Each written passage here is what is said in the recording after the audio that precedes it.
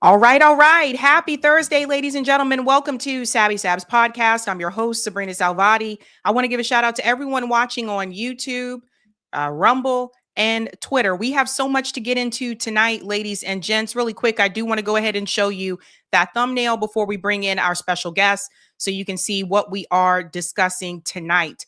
Big things happening here with the war in Iran. Tonight, we are discussing recent attacks that have happened on a U.S. oil tanker. We're going to get into that. We're going to get into, of course, they're talking about the draft and ground troops. We're going to talk about these bases that have been closed, troops being moved, Iran stating that they're going to attack U.S. tech and banks. A lot is happening, folks, but it's very clear that the U.S. and Israel are losing this war. We're also going to discuss Whitney Webb just revealed some interesting information about the financial implications of Jeffrey Epstein. I think it's time we dive into the money. So we're going to get into that. His accountant just testified and was revealing a lot of names and things that we need to discuss. We're also going to discuss, if you haven't heard about it by now, that jobs report is being debunked. The unemployment rate is higher than Donald Trump is saying that it is. What does that mean for us? What does it mean for everybody in terms of AI replacing some of these jobs? Also, a quick announcement with this is that Oracle is announcing that they are doing heavy layoffs as well. So everyone, we cannot forget about the economic issues that are happening as well. We're also going to discuss Erica Kirk just met with Sarah Huckabee Sanders, and they are implementing TPUSA in your schools, And some people are not happy about it. There was a protest there against this action. We're going to get into all of that. And last but not least, Donald Trump is heavily fighting against Thomas Massie. He wants him out of there. But is it working? He had a rally in Kentucky just the other day, and it appears the exact opposite is happening. So we're getting to all of that, ladies and gents. But first and foremost, let's go ahead and bring in our special guest. Tonight's theme is under pressure, and I think you're going to see why. You have seen him here before. His name is Colonel Lawrence Wilkerson. We call him Colonel Larry Wilkerson. He is the former chief of staff to Colin Powell. Let's go ahead and bring him back in. Welcome, Larry. Thank you so much for coming back. Good to be with you, Sabby. Well, we have a lot to get into. It's too so much. hard to keep up. I know it's hard to keep up with this because I feel like every day it's something different. So let's start with what Israel is saying right now. This is a recent video that is coming from Defense Minister Israel Katz. I want you guys to hear what he is saying. It appears, at least according to Israel, that this war is not going to end anytime soon. We will continue to act and crush the regime, as well as the strategic targets of this regime in Tehran and across Iran, day after day, target after target. We will continue doing this also to enable the Iranian people to rise up, take action, and topple this regime. In the end, this is something that depends on them. This operation, led by US President Donald Trump and Israeli Prime Minister Benjamin Netanyahu, who speak and coordinate daily, guiding and determining the policy, and carried out by you together with CENTCOM and the US military. This operation will continue without any time limit for as long as necessary until we achieve all the objectives and win the campaign. So we're talking about another possibly never-ending war here. And here's what Donald Trump said. According to him, Iran has absolutely nothing left. They've lost their Navy. They've lost their Air Force. They have no anti-aircraft apparatus at all. They have no radar. Their leaders are gone. And we could do a lot worse to one another. We're leaving certain things that if we take them out, or we could take them out by this afternoon, in fact, within an hour, they literally would never be able to build that country back. Colonel Wilkerson, let's go ahead and bring you in here.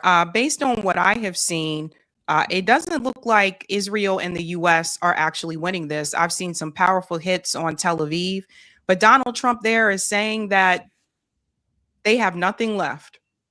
What are your thoughts? First and foremost, he's lying through his teeth, but what's new?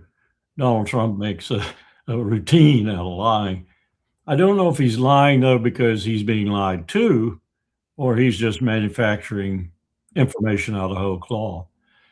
The truth is that I think it was Gideon Saar yesterday, who's not someone I listen to normally. He's the foreign minister of Israel, very close to Netanyahu, who said it fairly well, but he said it quietly and in a way that probably didn't register with a lot of people. What he said was, this is not what we counted on. This is going to be a long, drawn-out conflict. I don't think we're going to be able to achieve regime change. The Iranian people, fancy this thought. The Iranian people probably are the ones who are going to have to bring about regime change. Don't think we're going to be able to do it. And oh, by the way, he picked up on Hezbollah and said, this is a lot tougher than we thought too. We're going to be doing this for a long time. I think both comments are right, but I don't think he went far enough. I think Donald Trump is on the other side of the coin, and he's trying these thoughts like he just expressed there, and he's done them elsewhere too, as I'm sure you know, to see if he can test the water, because he wants out. He wants out as quickly as he possibly can. So he's got to say these things in order to appear that he's winning. Now let's just parse that from a military point of view. What does winning here mean? Well, he's never told us. He has stated no strategic objective for this epic fury operation. So I'm going to have to guess at it. I'm assuming it means some of the things he said in the past that, oh, by the way, he said he accomplished, but apparently didn't, like taking out their nuclear program and such, which he did back in June, and now all of a sudden it's back again. This is a ridiculous charade, but it's serious, very serious, because I think I heard Professor Mearsheimer today, John Mearsheimer of Chicago, say, and I think John, Trump is standing on an escalation ladder. Bibi wants him to take the next step and the next step and the next step. Trump does not want to take those steps. I think that's a fair assessment of where Trump stands. He wants to do what you just saw, declare victory and quit. Bibi wants him to take the next steps because Bibi knows that Israel is in such a state right now that if the United States were to leave it and just supply it, not help it with its military forces, they'd probably go under. So he's very seriously trying to get Trump to step up on that escalation ladder. And what do I mean by that? I mean what you've heard. The next step is some sort of ground force. And then the next step is a formidable ground force, which incidentally we don't have. We can go into that. But then you're looking at probably $2 trillion, maybe 10 years, lots of casualties all around for everyone. And you probably haven't accomplished any more than you accomplished in Afghanistan in 20 years and Iraq in about 10. So Trump has got a monumental decision to make, one that he created the circumstances for making. So it is coming home to roost. And right now I'm hearing from my Republican colleagues, the ones who will still talk to me, that they are looking at the very real chance they're going to lose the midterms, and badly enough to lose both houses. And they understand that this president, if he keeps on the same path, just might be the first one to be successfully impeached and removed from office. That's how this war is. Very interesting. And you mentioned the ground troops. I got to show people what Tucker Carlson said here, and then also what was posted from the Ron Paul Institute. He mentioned the ground troops here as well. And what does it mean to win? Well, the most obvious and often repeated observation about this conflict is totally true. Iran's threshold for victory is very low. It just needs to survive. The regime has to remain intact. Now, in order to change the regime, everyone pretty much agrees you would need ground forces. You'd need troops, boots on the ground, American boots on the ground, in order to do that. And there is zero appetite for that in this administration, much less in the country. Israel would like us to commit ground troops, obviously, but it would take a lot to get us to do that. It would take some sort of terror attack in the United States, probably like 9/11, in order for us to do that. But that hasn't happened yet. We pray it never happens. So at this point, we're not going to commit ground troops, which does sort of put the whole exercise in perspective. If Iran's burgeoning nuclear program was really a threat to our core national security interests, then of course we would commit ground troops, because any threat to our core national security interests merits committing ground troops. But this one didn't. And the people who decided this were told or believed somehow that we could effect regime change from the air, because Iran was in a pre-revolutionary stage, and all we needed to do was like topple the head figure, like dominoes cascading. That would set off a chain reaction that installed a pro-Western government in Tehran. That was the argument. These arguments always seem ludicrous. In retrospect, you always laugh at them. Really? Did you really think that? Well, apparently we really did. But almost 2 weeks in, that has not happened. By the way, that would be a great outcome, because it would end the war. So, to his point, the ground troop thing is highly, highly unfavorable among American voters. I don't care what side of the political aisle you're on, highly unfavorable. I don't even know if we have the actual recruitment for that. But then that brings up this question. The Ron Paul Institute has been making people aware of this here. Let me go ahead and bring this in. As Iran war escalates, Congress passes automatic involuntary draft registration. I think a lot of people forgot about this. So I have to ask you, Colonel Wilkerson, they obviously cannot take out Iran without some types of troops on the ground, but we know a lot of people are against that. And I don't even know if we have the recruitment for it. Do you think it's possible? And I think this is what is scaring a lot of people. Do you think it's possible they may try to implement the draft? I think there might be a remote possibility of that, because that's the only way we could field enough ground forces to make any difference in Iran and not get really badly defeated. But I don't think they're going to have any success. We've been looking at this at the All Volunteer Force Forum. 11 years, looked at it all across America. We've been on Ohio State's campus. We've been on Catholic's campus. We've been on San Angelo State and Texas's campus. It'd be amazing what we heard there. Texas, by the way, and we've been on other campuses like William and Mary, all across the country, and talked to young people. You're not going to recruit these young people. You simply aren't. And if you were to try to recruit them by force, many of them would go to Canada or Mexico. And they made no hesitation about that. They're not going, and this is what they say, Sabby, generally, as the number one or number two reason when they can't be recruited, and that's a full court press with $50,000 to $100,000 bonuses for signing on the dotted line. When they can't be recruited, they give this as the reason. I do not want to die in a stupid war. I do not want to die in a stupid war. And that's a pretty reasonable thing for a young 19 or 20-year-old to say. So this would not be successful, because the mechanics are not in place. It would cost a fortune. It would take a year at least to get selective service back up to even a remotely possible draft capability. Then it would be totally unfair, because it's the old system. You couldn't do it. So Trump has walked himself into an impasse. All Iran has to do is hold out. 93 million people in a country the size of Western Europe. All they have to do is hold out. Now, let me show you how desperate Netanyahu is. Today, we dissected and looked at some of the newscasts that are supposedly coming out of Iran. They show the Republican Guard commander. He's on screen, and he's all dressed in black. You can't make this up. All dressed in black, and he's saying to the Iranian people, you will be killed if you do anything against our wishes. You will be killed. Your family will be killed. These are all generated by Israel, and they're being sent at us. They're being sent to us to look at. Same thing they're doing around the periphery of the war. They flew drones at Turkey, in Kirk. They flew drones at Cyprus.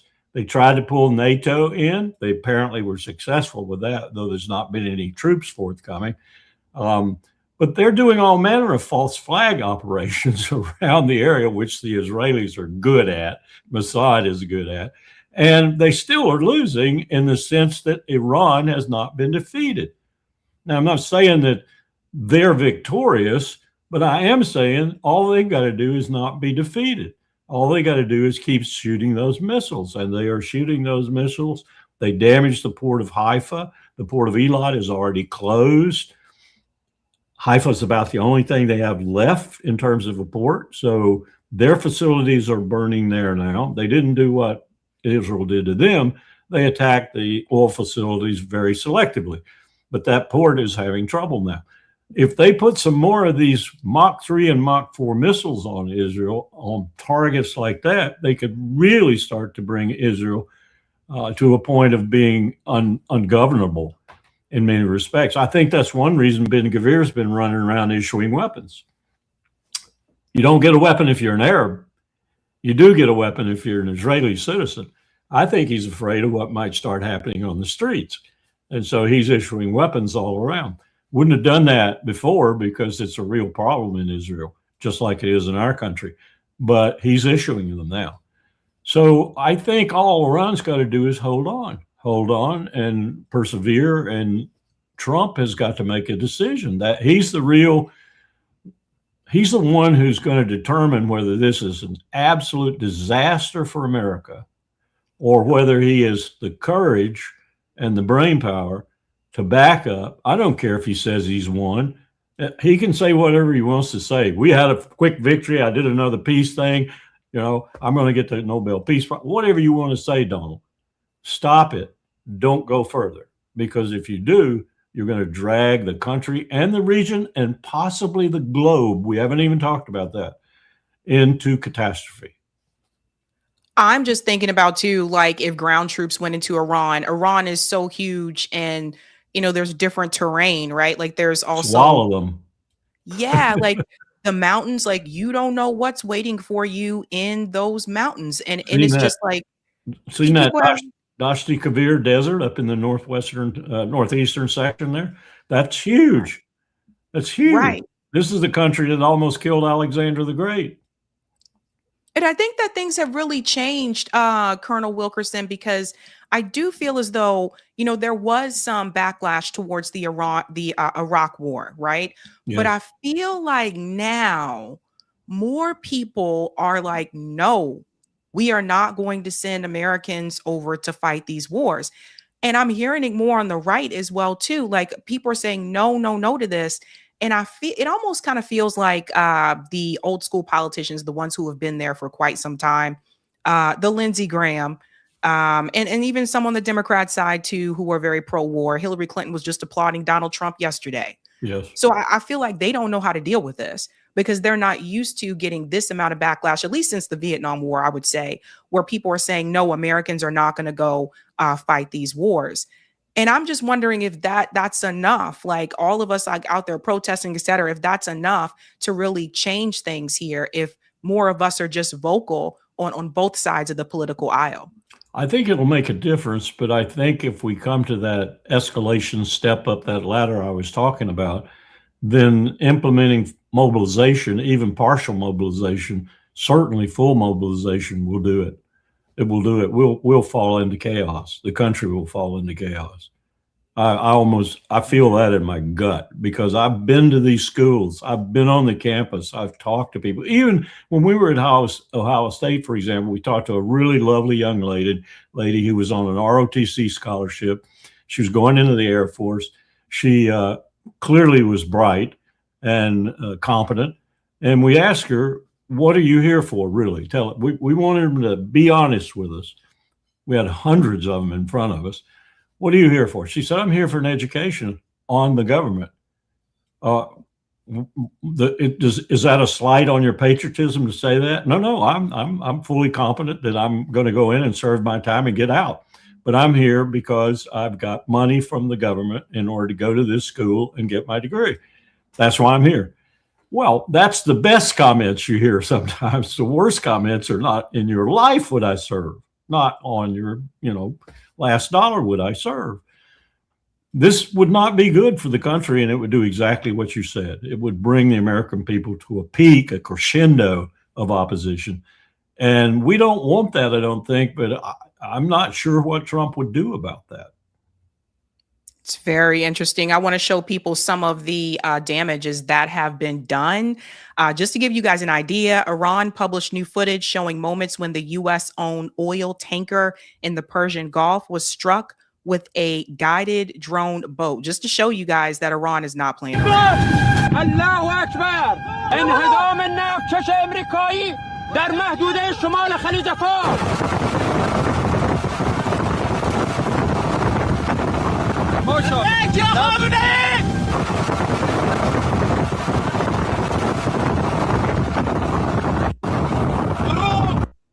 So that's a U.S. oil tanker. And people have to understand, remember, they told you not to come through the Strait of Hormuz unless you had permission from Iran. Like, so they put those restrictions in place.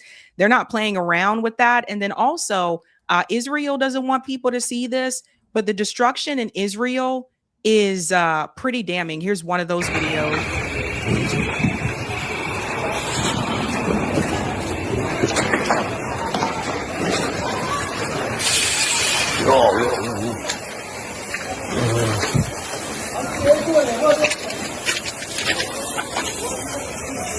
So you guys get the gist of it here.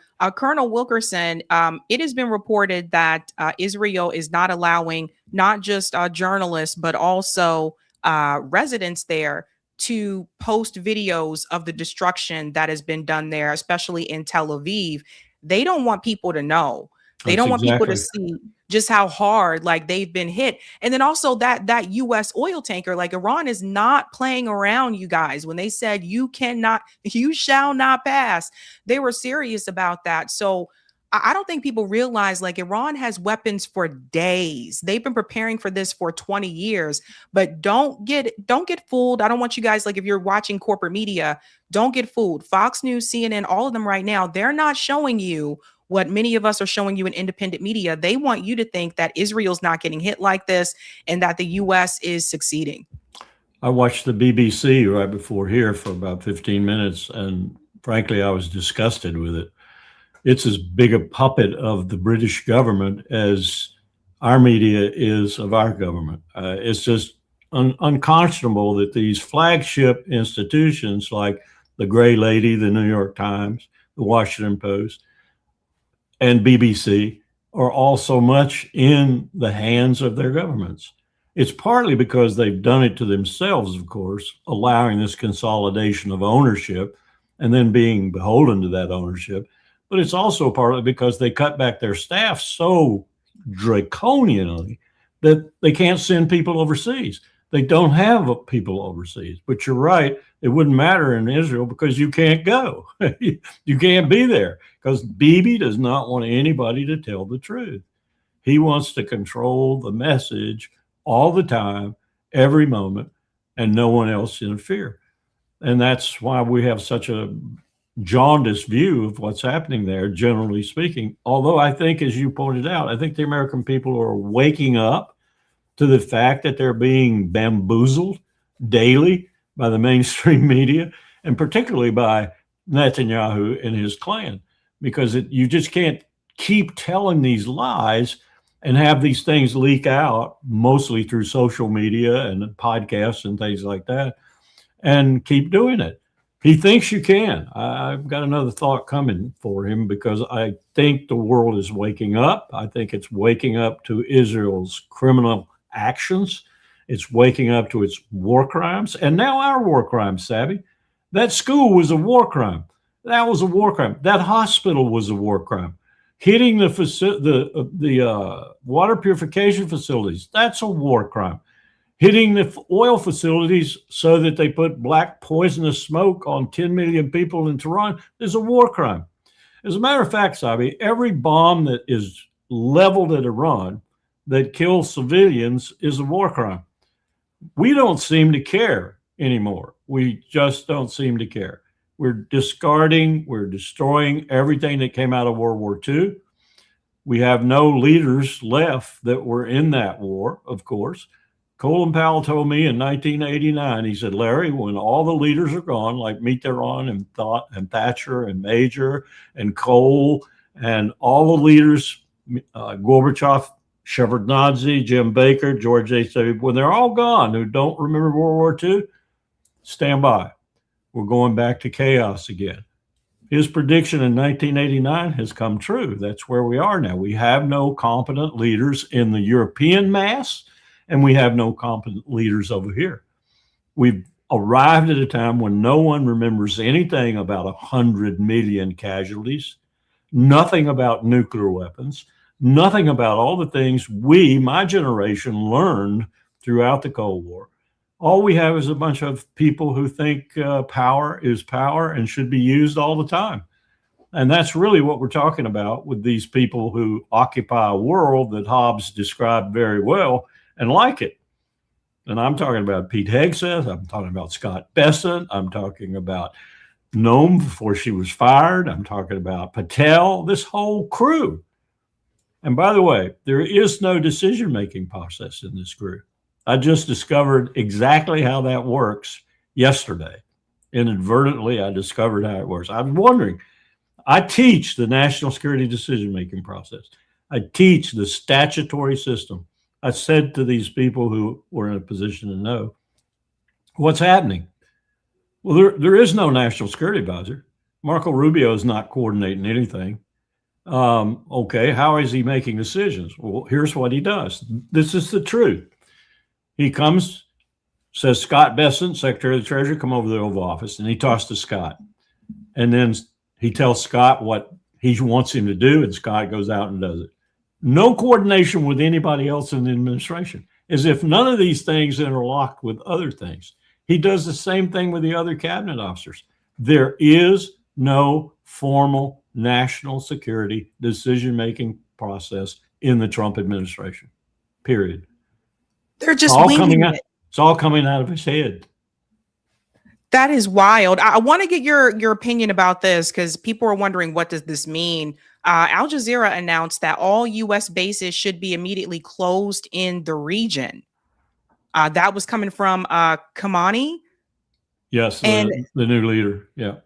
Yeah, and then this one as well. Douglas McGregor said, reports now indicate that multiple senior Trump officials have quietly moved into fortified military housing near D.C.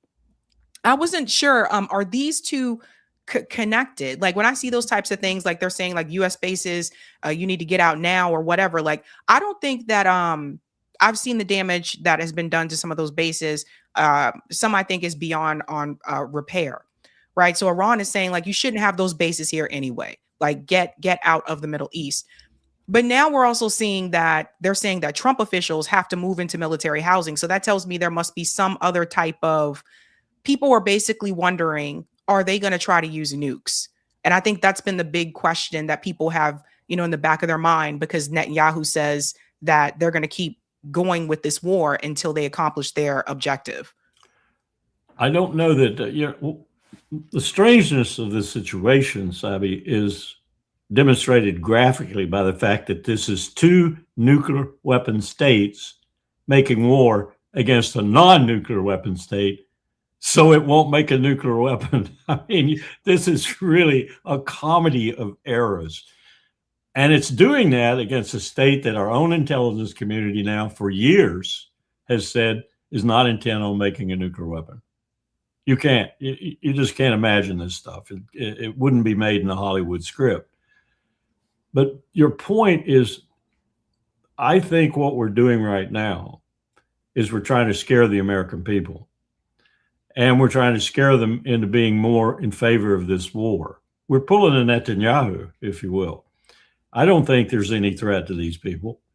If there were a threat, it would be expressed by the FBI. It would be expressed by the intelligence community. And we would know that what we feared was another al-Qaeda attack. I don't think Iran has the capability to do that right now. And I don't really think they have the intent to do it. But I think this is a Netanyahu trick. This is to scare the American people, if you will, into thinking that this is really a genuine threat. Iran presents zero threat to the United States of America until we attack them. Now they present a threat, and they don't have to go beyond this threat. They don't need to send someone to the United States. Now their threat is to the world economy at our expense. If they keep this going in the Strait of Hormuz and the Houthis join them in the Bab el-Mandeb and close the Red Sea again, like they did before, proving they can do it, and we retreated. P.D. Hegseth retreated after we lost billions of dollars worth of equipment. If they do that again, then two of the most important communication routes in the world will close down. Oil will go to 200 or 220 a barrel. You know what it was in Los Angeles yesterday? It was $8 in Los Angeles. That's just going to get worse and worse. And he is going to pay for this dearly. And what I go back to, what worries me is that he will pay for it by declaring the Insurrection Act in force or whatever, and he will try to take over the country. He said the other day, too, that he said, well, if the gas prices increase, they just increase. Yeah. He's not paying for it, is he? No, absolutely not. I also thought it was interesting. You guys need to see this as well. Iran had a plan. Like, they really thought this out for quite some time, because they also said that they were expanding their targets. It says Iran published a hit list naming Google, Amazon, Microsoft, NVIDIA, IBM, Oracle, and Palantir offices across Israel, Dubai, and Abu Dhabi as legitimate targets. That was per CNN. Billions of dollars of investments are going to be destroyed. So Iran knows that tech apparently is something to go after. Many of these companies also do support Israel or supported and aided in the genocide in Gaza. And then the other one is the banks. And this was the story that went out as well, is that Iran threatens U.S. Zionist entity banks in the Gulf region. It went on to say that I guess they were evacuating some of the employees as well. But it says Citigroup and Standard Chartered have begun evacuating their Dubai offices, telling staff to work from home instead, as banks step up precautions after Iran threatened Gulf banking interests. So I will say this, they know where the power lies. So yeah, they threatened tech, big tech, and of course, the banks that are in that region as well. This is why I think like this honestly would be a complete disaster. It was said recently that under the Obama administration, that Benjamin Netanyahu tried to get him to go to war with Iran too. Don't doubt it a bit. I think Iran, here's what I'd say. I'd characterize it this way. Iran did its homework and we didn't. I don't think we know anything about what we've started. I really don't. Fundamentally don't think we understand what we've started. And I don't just mean for the Levant. I mean for the region and the world. And they do. And they know how to take advantage of what we've started because they've been studying it for 30 years. Actually, they've been studying it since we overthrew their first democratically elected leader in 1953 in a coup. We have been at war with Iran really since 1953, with a hiatus when our Shah man was in there. And then after that, of course, it resumed. They've been doing their homework and we haven't. And that's a problem here. It's a problem for Trump if he goes up that escalation ladder, like I said. But it's a problem even if he doesn't, because they are seeing the impact they have and they are not going to back up from creating that impact. I don't know that he could stop it now in the sense that they would continue with some of that impact, even if he tried. I listened to their new leader, and then I listened to the foreign minister, Arachi, and I think they understand that. I think they understand that to a certain extent, they have us at a disadvantage, which is incomprehensible for us, not militarily, but strategically and call it thinking. They have us at a disadvantage. We have not thought this out, and they have thought it out to the nth degree. And Israel has not thought it out either because of bombs, bullets, and bayonets. That's all Israel knows now is killing people. Look at what they're doing in Lebanon. Look at the civilians they're killing in Lebanon. This isn't Hezbollah they're killing with these bombs on these residential buildings. This is Lebanese civilians because they're angry at the Lebanese government for not reining Hezbollah in. So this is not the way you win, for sure. I was going to say Hezbollah is firing back at Israel as well. Again, Yes. something else that Israel doesn't want you guys to see. But they did attack a beach in Beirut, just innocent civilians. So they're targeting multiple places at one time. I wanted to ask. And sometimes they're doing it in coordination with the Iranian strike. So you get 200 Hezbollah missiles and some really powerful, fast Iranian missiles at the same time. That's right. And I wanted to ask you a question about World War III, because Spain did something I think was very courageous just recently. Spain decided to remove their Israeli ambassador. This was per that request of Iran, when they said that if you remove the Israeli ambassador from your country, we'll give you permission to go through the Strait of Hormuz. So Spain did that and very publicly did so. And I thought that was very courageous of them. Do you foresee other countries choosing to make that decision that are in, like Europe, for example, that are typically allies with the United States because they don't want to deal with the financial implications of not being able to do trade through that strait? And then also, if this were to escalate, the reality is that Russia would get involved here at some point, I would imagine. Already and I is. think that would be, well, there you go. Go ahead. Russia's already involved, I think. And China is too. Reluctantly to a certain extent, but then at the same time, you have both countries for different reasons looking at this as somewhat existential, as Russia looks at Ukraine as. Though they're tied down there, and we thought that would keep them out of this because they're tied down in Ukraine, they're getting ready to finish that one off with a fare thee well that we won't like at all, because they're going to take Odessa and then they're going to make Ukraine a rump state. And one hopes they stop there, because we could have a new war in Europe too at the same time. And we've got some really stupid people who are talking about stopping the Russians before they do this. And guess what the EU just did?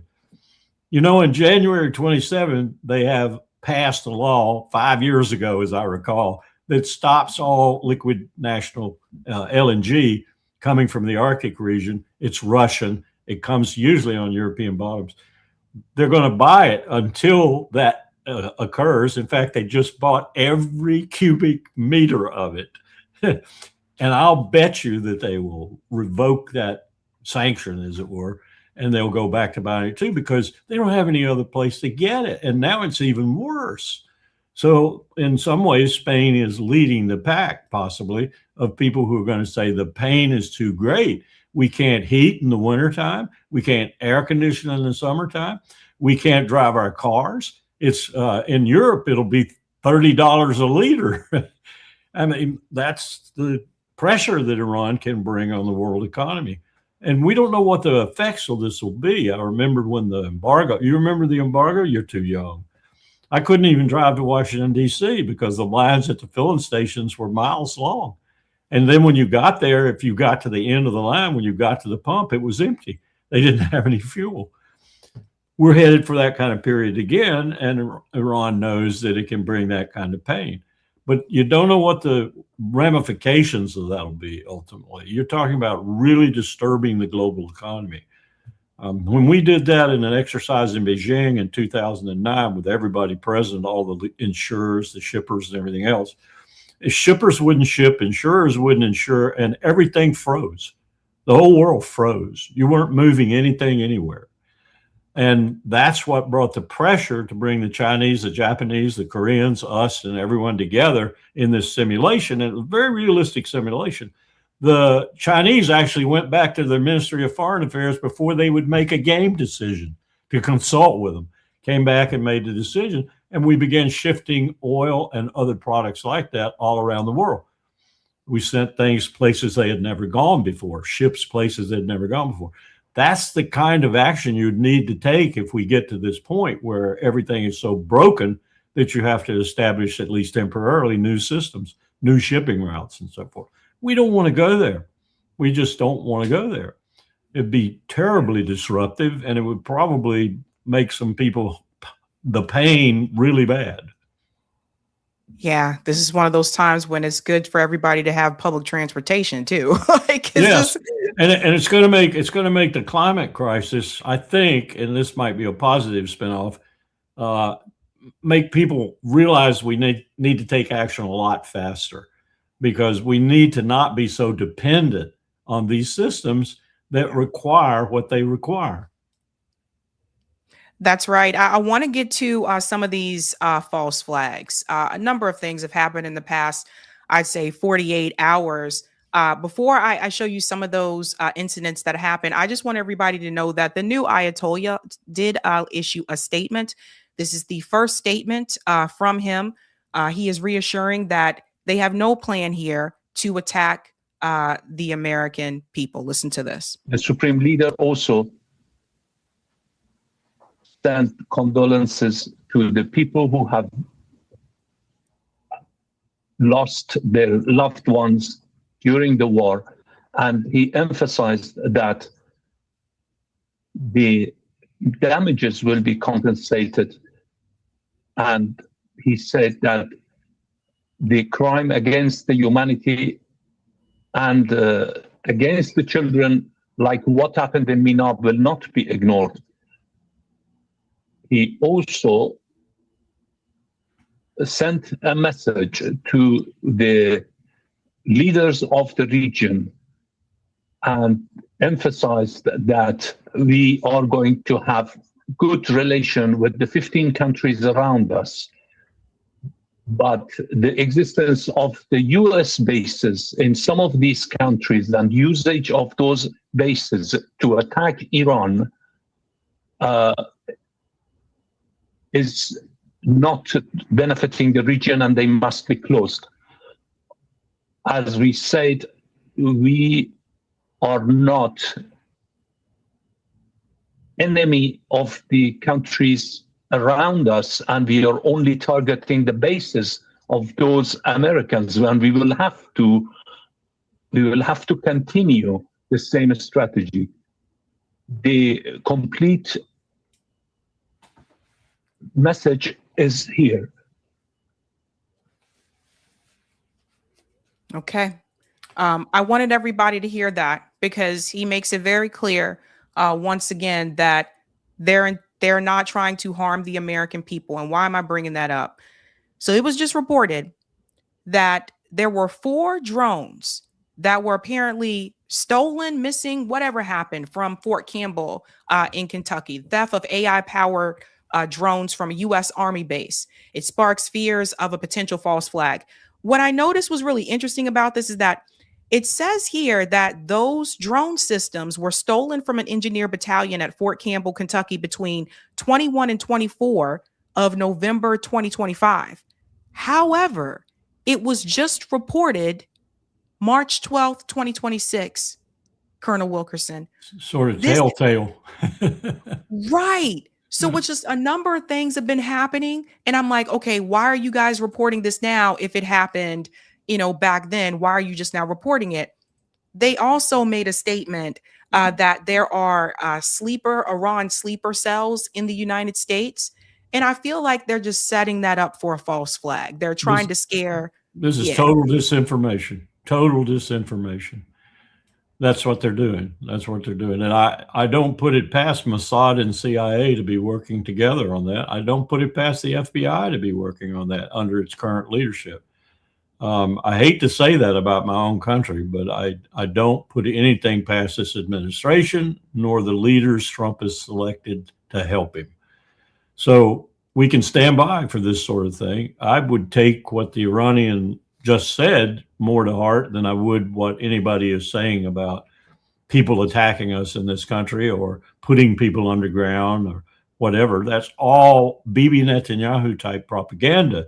It works. Bibi's proven it works. For 20 years, he's proven it works. Lie to your people some more, and they will believe you. I mean, he's proven that it works, and Donald Trump thinks that that's a pretty good method too, if you know what I mean. He's done it all across the board in every category of lie you could dream up.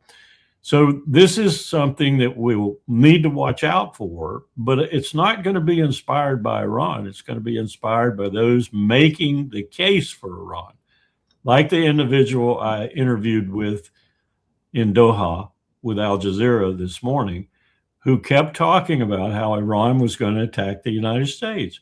Not now, when it has provocation to, but before. Now, Iran has not attacked the United States, had no intention to attack the United States, and this guy was making it up out of whole cloth. There is no, I've been in the government for more than 40 years. I never saw intelligence telling me that Iran was going to attack the United States of America, except when I would talk to Mossad and the Israelis.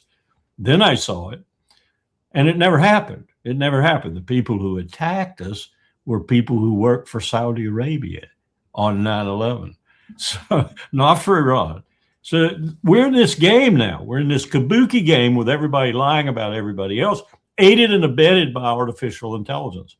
So you can't trust anything you see anymore or anything you read or hear anymore. It's all made up in many cases, and it's made up for the agenda of the person telling you.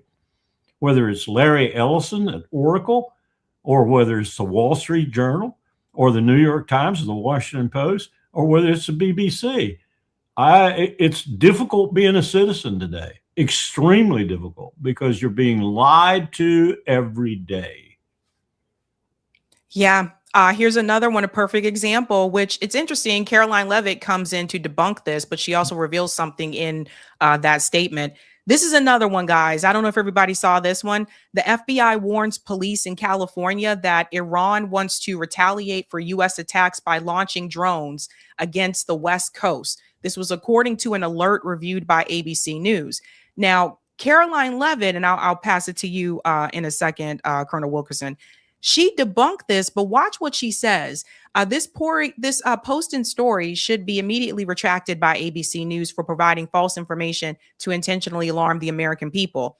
They wrote this based on one email that was sent to local law enforcement in California about a single unverified tip. The email even states the tip was based on unverified intelligence. Yet ABC News left out this critical fact in their story. Why?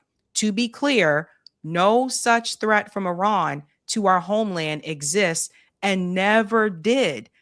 But Donald Trump said it did, Colonel Wilkerson. You can't, this is a strange group of people, Sabby.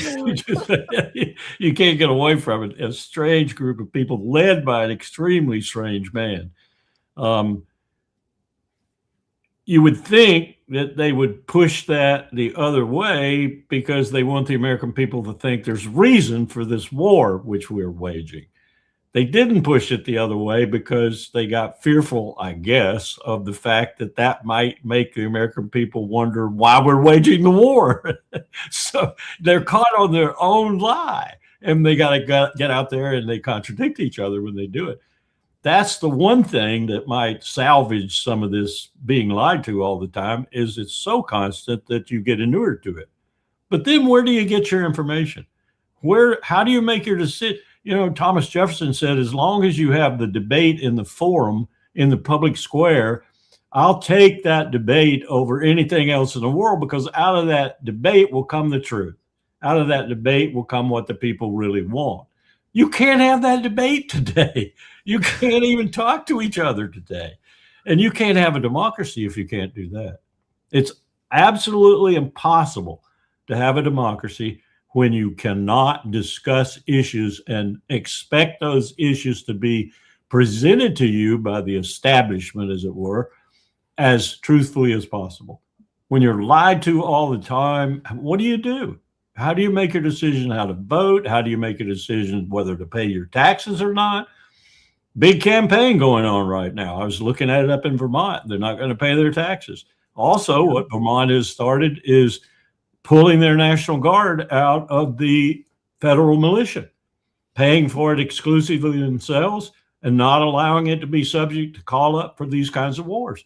Did you know that a lot of Guard flew F-35s in the Venezuela business? And I'm told now the Guard is flying some of the F-35s that are over in Iran. So if the states were to do this, we'd be hurt at our war waging capacity. And I'm not sure it wouldn't be a positive move. Yeah, I have to ask you this because this question has come up as well. Does Iran, like Iran's weapons, can they even reach the United States? Do they have that type of They do capacity? not. They do not have a ballistic missile capability, as I understand it. And you get Ted Postall; he could probably tell you this with factual evidence. They do not have the capability to put a warhead on a ballistic missile that'll reach the United States that would do a lot of damage.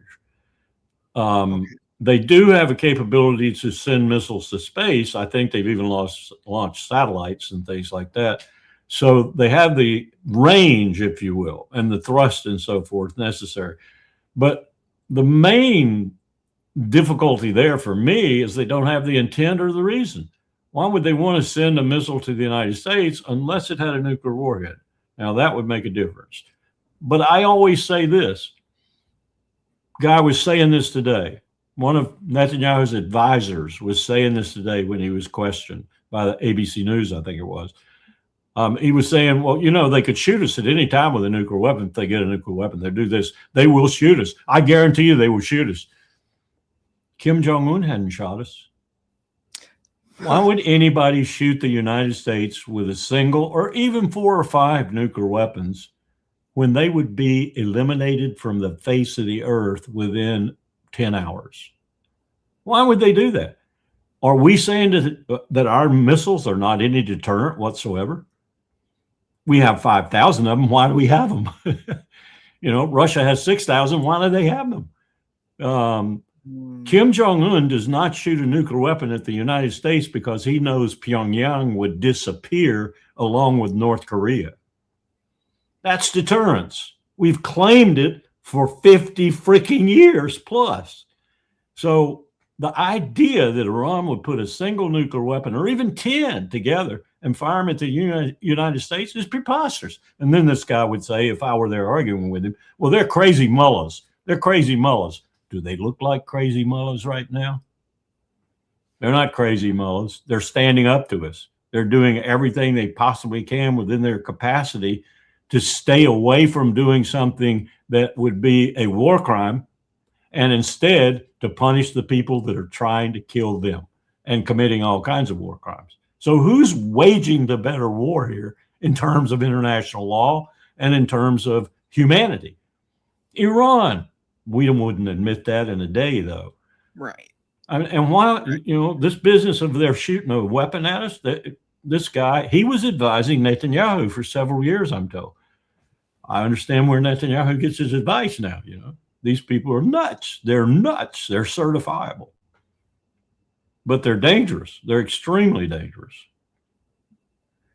I want to get one more for you, Colonel Wilkerson. This is a good point. SGT or Sergeant Delrose said Charlie Kirk started to speak against the war and he was unalive. What is your thought about this? We've covered this pretty extensively on this show. The timing to me just seemed quite convenient, you know, after he said, no, we should not go to war with Iran. What do you think? Do you feel as though there was some that he was offed, so to speak, because of this? Netanyahu unquestionably was behind the turmoil and the riots and the disorder in Israel that got Yitzhak Rabin assassinated. That's what put Netanyahu in the political business big time. That's what changed the whole political picture in Israel. It destroyed the Labor Party, and it left Likud and its allies all powerful.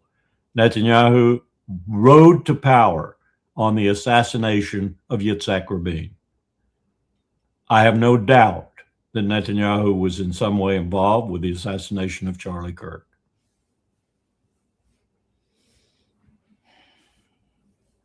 I think that's what many of us have been believing. It's nice to know we're not alone. No.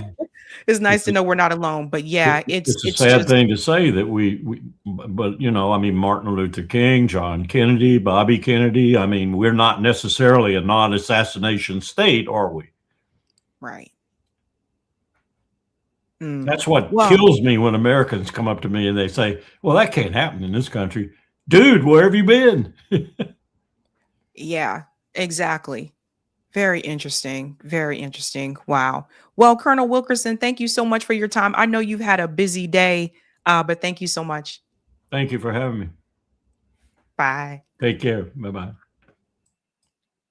All right, ladies and gentlemen, that was Colonel Wilkerson. Eric, we can go to part 2 here. For Type B and C, thank you. That was Colonel Wilkerson. We have 4 news stories that we want to cover. We're going to say hello to some of the super chat peeps, and then we're going to keep it moving and grooving.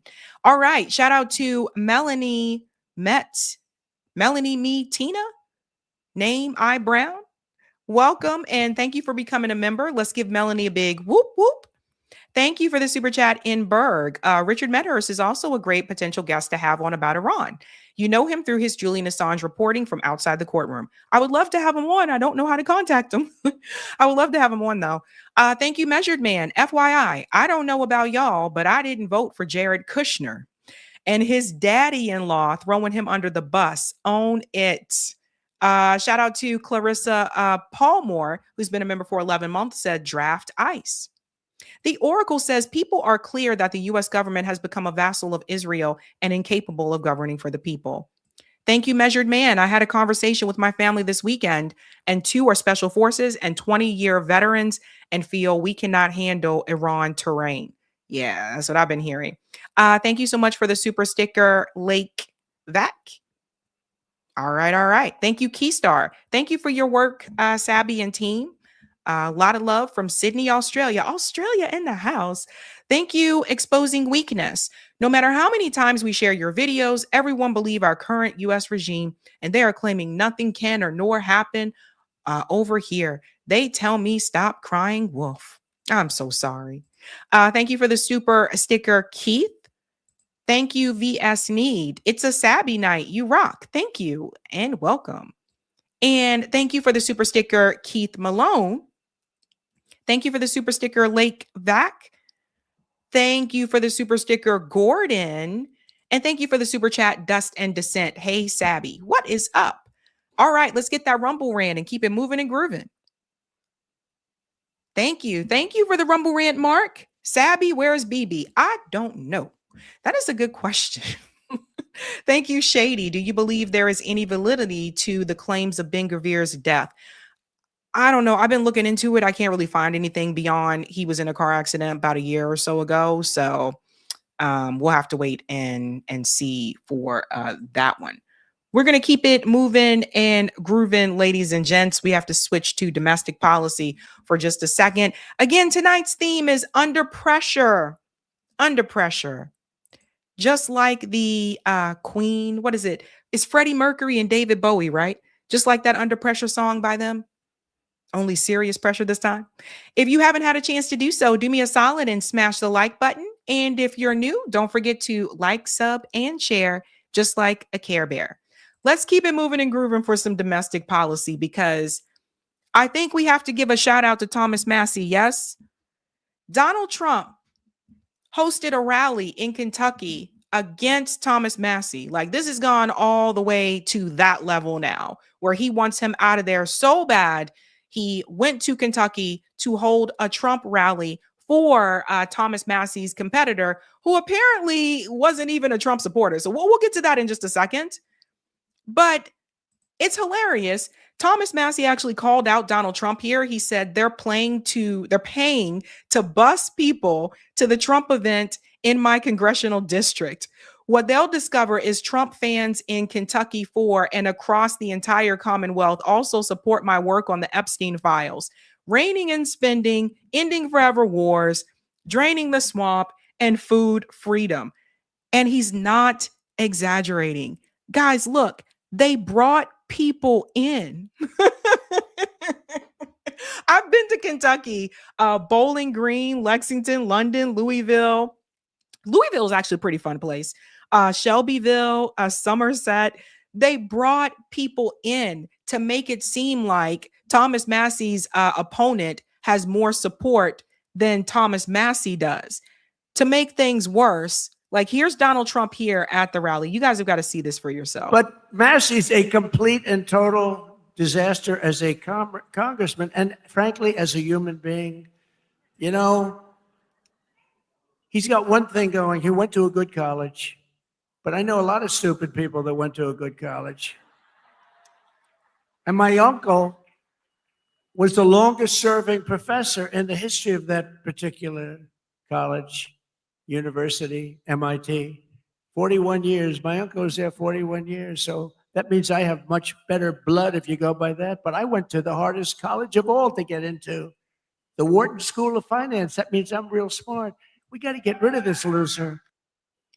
Didn't you kind of buy your way in? Didn't your daddy kind of get you in? So he feels as though Thomas Massie is a loser. You guys know I worked at MIT years ago, and I'll tell you, MIT is very, very hard to get into.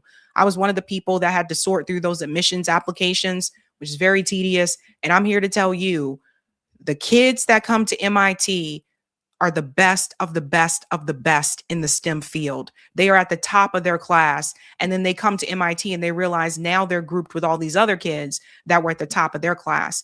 And it is a very, very competitive and cutthroat place to be. So he's talking about Wharton School of Business. Thomas Massie went to MIT starting at undergrad. It's very hard to get into. You know, to me, it kind of seems like sometimes Donald Trump is just jealous. Sometimes it comes across as jealousy. Like, you know, it's like he can't stand for someone to have something that he didn't have, right? Or something that they were able to gain on their own and their daddy didn't buy their way in. Because let's keep it real. Also at this rally, there was an emergency, a medical emergency. Watch how Donald Trump treats this. Get off the teleprompter. Do you mind if I get off the teleprompter for a couple of minutes? Because this is, you know, I have these great speechwriters. I drive them crazy because half of the time I'm not. But Gavin Newsom, in an interview,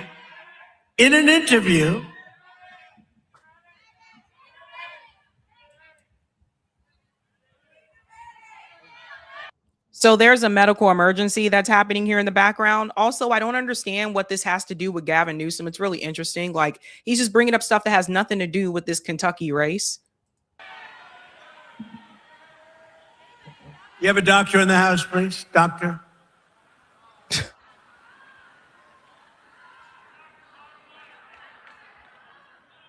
Yeah, take your time, please. Take your time.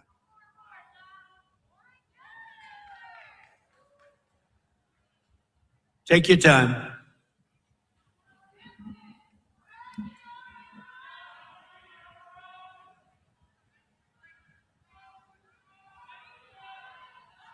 So I don't know if it was just hot in there. I don't know what was going on, but somebody, it appears they fainted.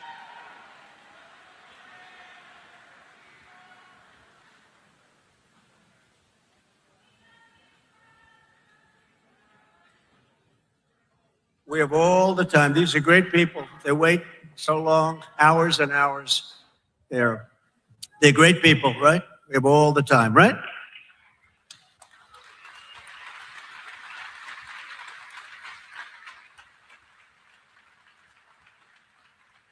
You know, when I see these rallies, like, I feel sorry. I feel sorry for the people waiting there, because there's a lot of, you know, idol and hero worship, and they're like, yay, it's Trump, he's my hero, he's my savior.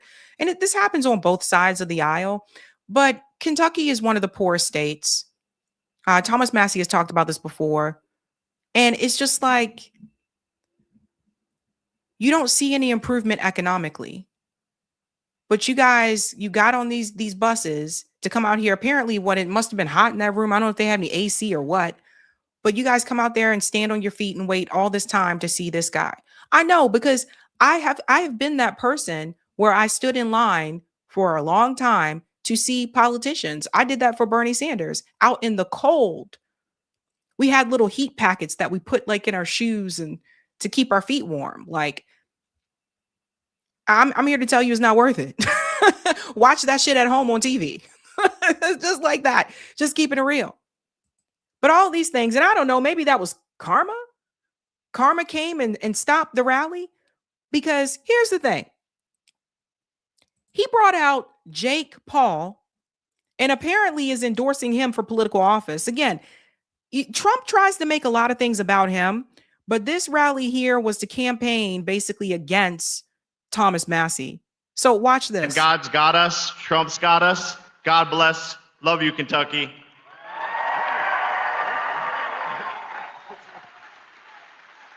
Wow. No, he's a great guy. He's a courageous guy and a talented guy. He's a hell of a fighter, too, by the way. And I just want to say, I'm going to make a prediction that you will be, in the not too distant future, running for political office. Okay? Here we go. And you have my complete and total endorsement. Okay?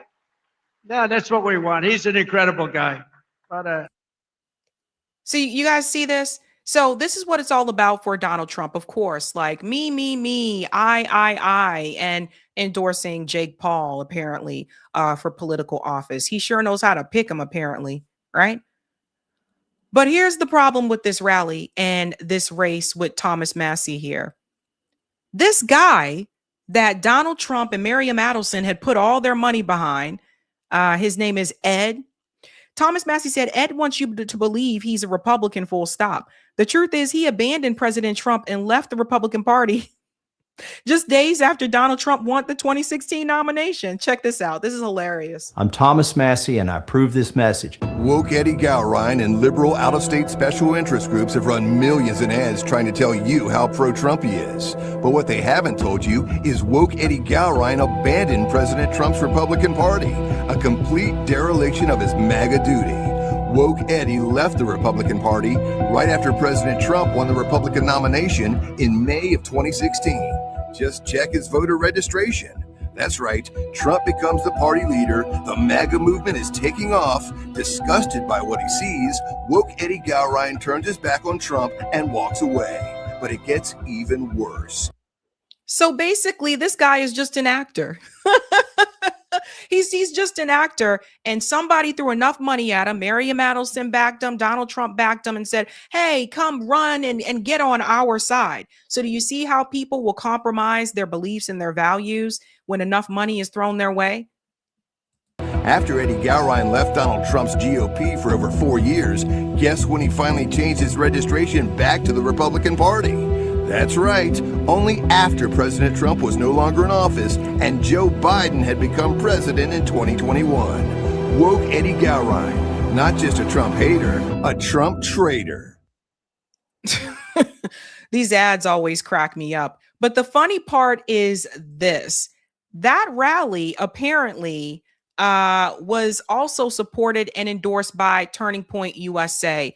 Turning Point USA released this video that a lot of people are pointing fingers at them about, and they're lying on how Charlie Kirk felt about Thomas Massie. Like, guys, I don't know what else to tell you anymore when it comes to Turning Point USA, but they are continuing to expose who they really are. Again, this is their account. MAGA rallies are back. Trump haters are on notice. And this isn't someone else's video. This is their video. You can see their symbol right here, Turning Point USA.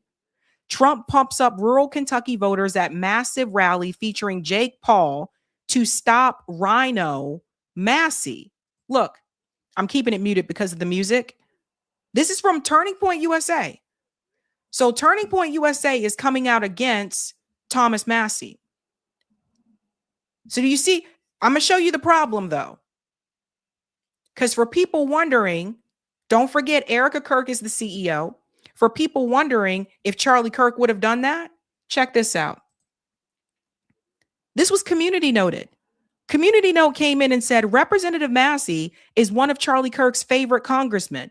And this, ladies and gentlemen, is just one of the things that Erica Kirk is doing to Turning Point USA.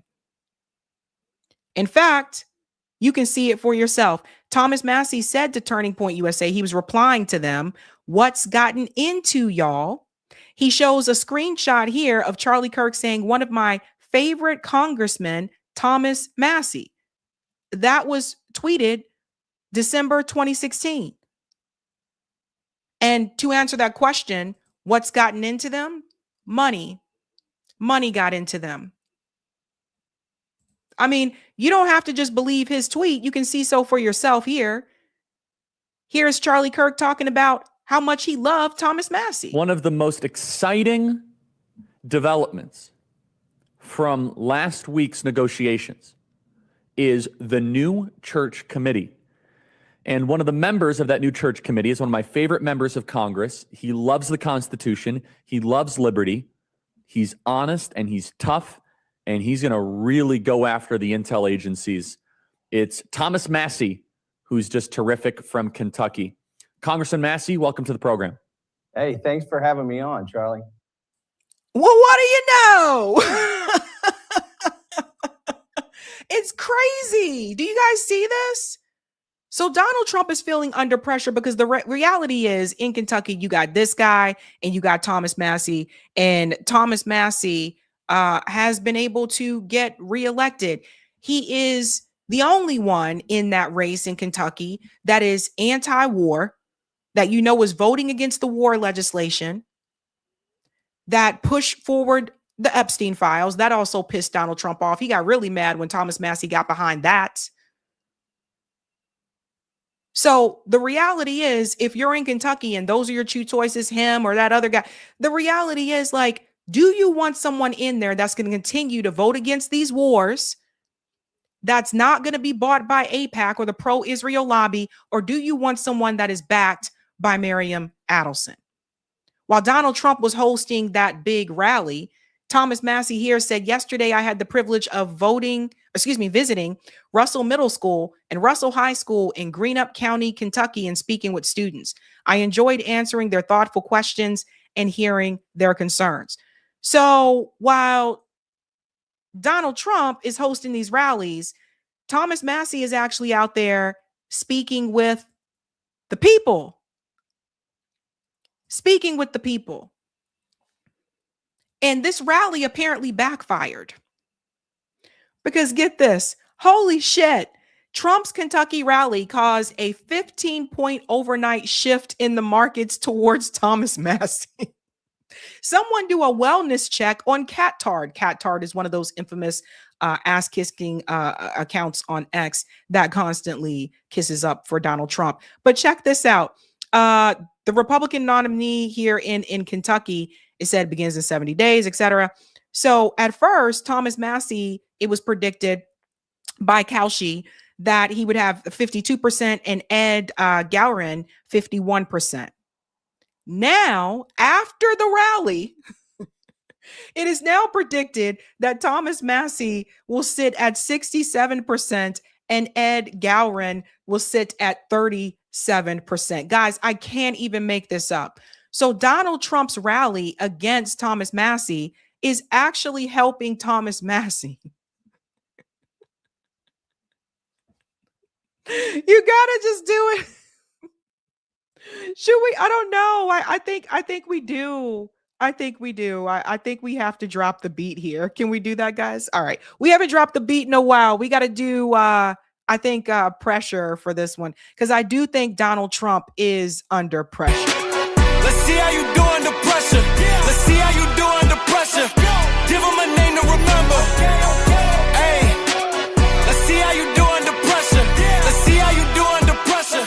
A moment can live on forever. A moment can live on forever. So he's actually helping Thomas Massie. So maybe he should keep at it.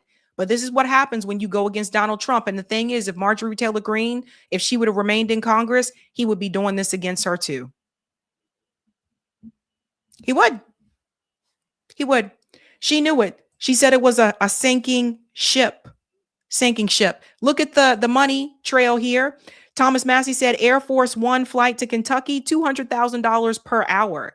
Massie online fundraising day of visit, $49,866. Eddie's voice cracking like Howard Dean, priceless. So see the difference in the money there? This is kind of funny. Do you guys remember Howard Dean? And then we're going to Washington, D.C. to take back the White House. Fight, fight, fight! Fight! And then we're going to Washington, D.C. to take back the White House. Fight, fight, fight! Fight! Does everybody remember that guy, Howard Dean? I wonder what happened to him. Yeah! Anyway, guys, Donald Trump is still fighting against Thomas Massie here. He's trying his best to make sure that he does not win re-election. And Thomas Massie is more of a libertarian. I think someone did ask him, like, can't you just run like as third party or something like that? And something about the rules in Kentucky that if he doesn't win this primary, then he can't just like run as an independent or third party. The rules suck. But it is what it is. Things are changing, and I want to get you guys' opinion about this. I saw that there is going to be a conversation on the Young Turks Friday with Marjorie Taylor Greene and Nina Turner. Cenk Uygur announced it on X, and he said, time for us to come together to fight back against what matters.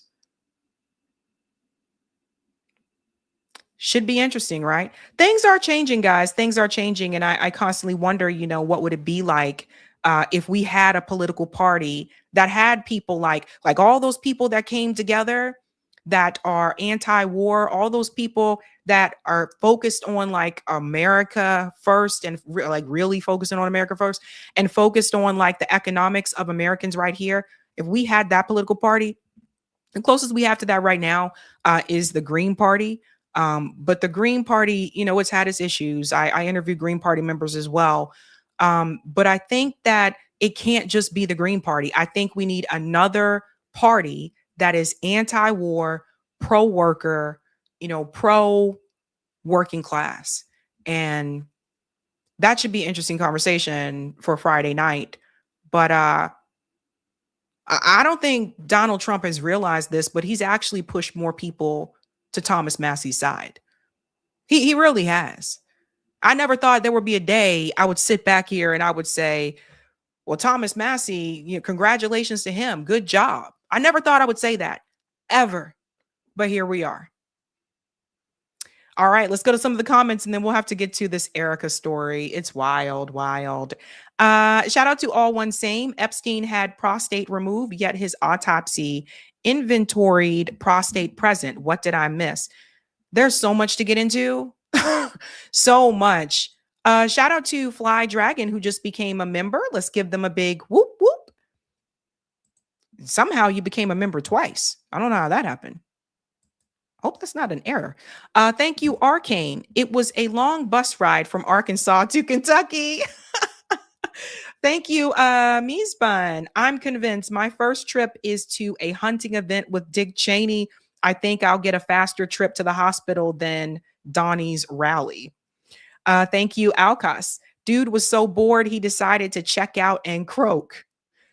Shout out to Brandy Weaver, who's been a member for 32 months. Jake Paul owns a $16 million home in Puerto Rico, but threw a fit over the Super Bowl performance. Oh, you better get him, Brandy. And thank you, that feminist. Sabby, I had to Google your top. It's so cute. Oh, thank you. You like it? Thanks. It was really cheap. Pink.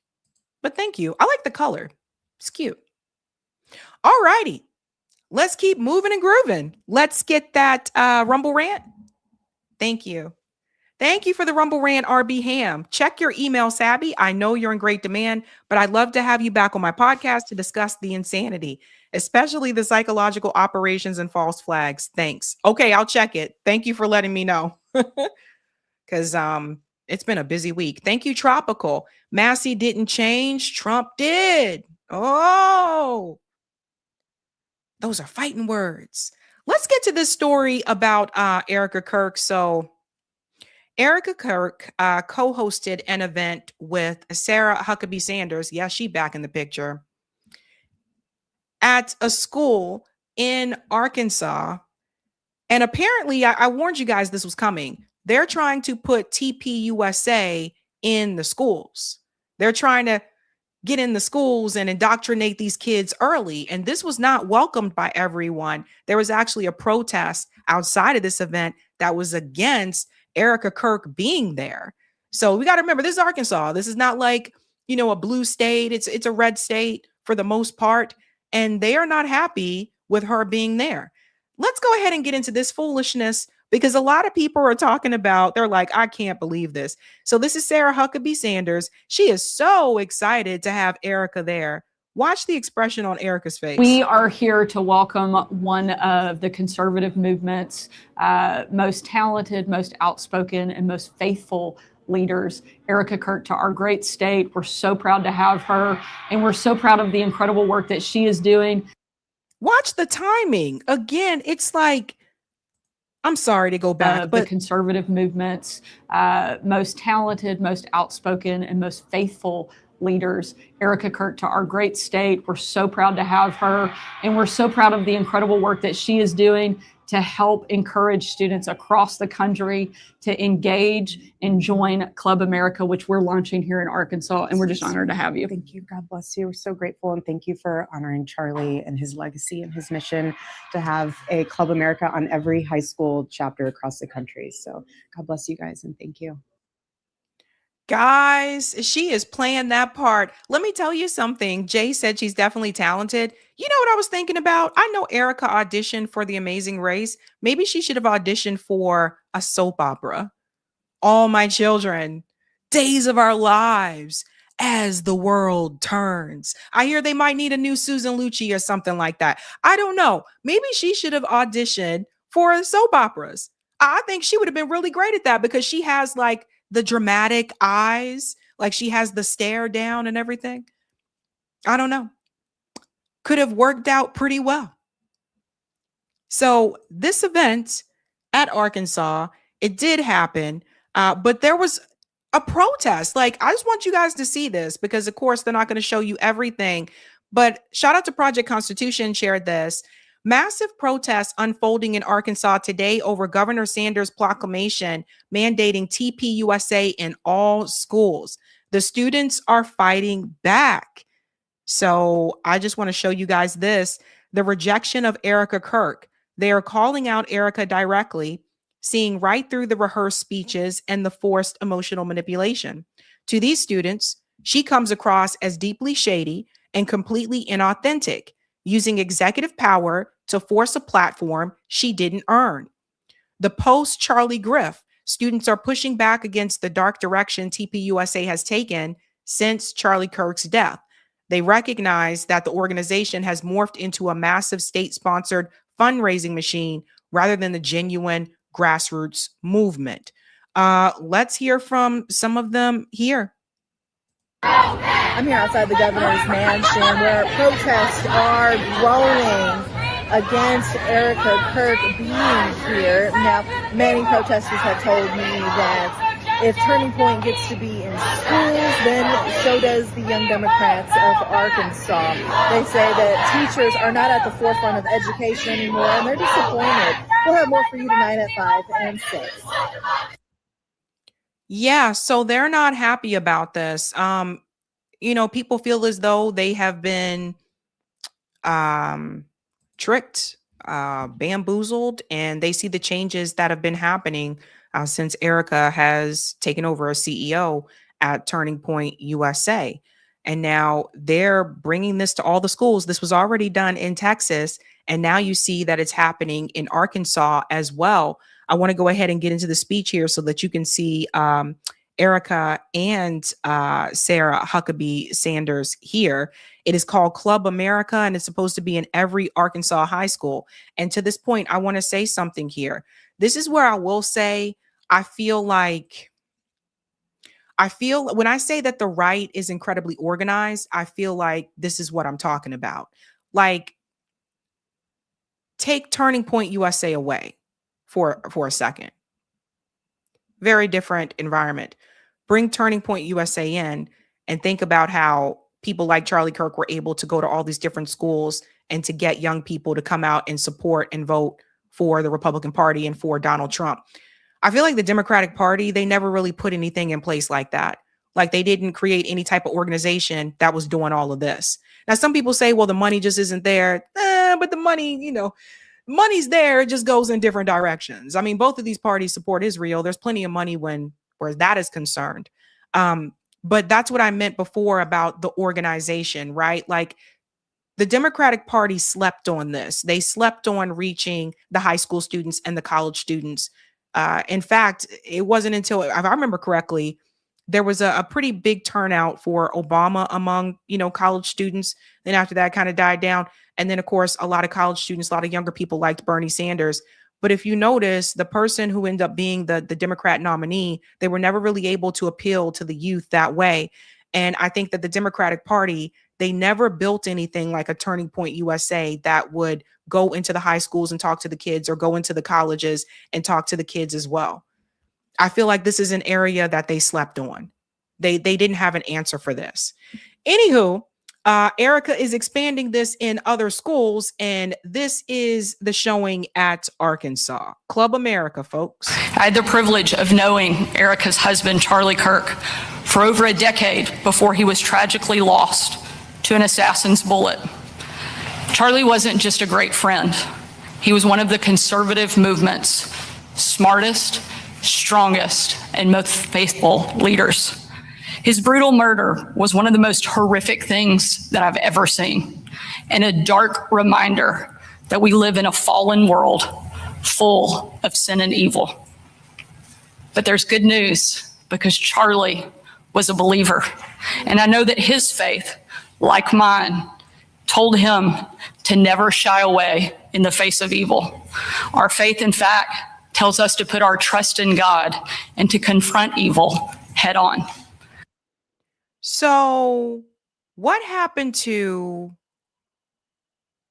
separation of church and state? Because here's the question that I have now, which is that it seems like this particular organization is going to bring those things back into the school, right? And I guess it's your choice whether or not you want to join it or be a part of it or whatever. But it's like, where's the fine line here? Where's the fine line? Because like when I was in high school, we weren't allowed to give speeches that mentioned like God and, because then it's like, well, whose God are you referring to? And all this different stuff. There's all this hoopla about it. But apparently, I guess now you can. I don't know what's going on in Arkansas. Here we go. A single assassin's bullet did not silence the movement that Charlie built. In fact, it made his movement bigger and stronger than ever before. He changed young people's lives through the message that he shared. And now that message is being heard more and more, and that's a great thing for America. After Charlie's murder, there was an outpouring of support across our state and across our country. In many places in Arkansas, people created spontaneous memorials. And on the Benton County Courthouse steps, people placed flags and notes in Charlie's honor. Two women somehow thought it was acceptable to vandalize the memorial and tear down what their neighbors had placed there to honor Charlie's life. It was vile and it was shameful. But the important part of this story is not what those two women did. It's what happened after. Three young men, high school students, Coda, Enzo, and Riley, passed by their memorial on scooters and saw that it had been vandalized and torn down. We're going to fast forward here a little bit because I forgot she speaks for a long time. So let's go ahead and get to the part where she brings Erica in. I forgot this girl goes on for a long time. Oh, here we go. Build Turning Point USA alongside her husband, and is today the group's chairwoman and CEO. Erica, we could not be more proud, more honored, or more grateful for the work that you are doing. Please join me in giving a warm welcome to my good friend, Erica Kirk. So let's all remember, Sarah Huckabee Sanders' father had just said to Tucker Carlson just about 2 weeks ago that Israel should take all of it, all of the Middle East. That's her psycho daddy. So think about that here with Club America. I really do feel like this organization also is going to, I would say, expand the pro-Israel message, but also the military message. Remember, like I told you guys, military recruitment is not up. So they're trying to get more people to join military recruitment. Erica was just appointed to the Air Force Academy Board, which was previously Charlie Kirk's position. So if you guys pay attention to what's going on here, again, they're really trying to get to the younger kids. But here she goes.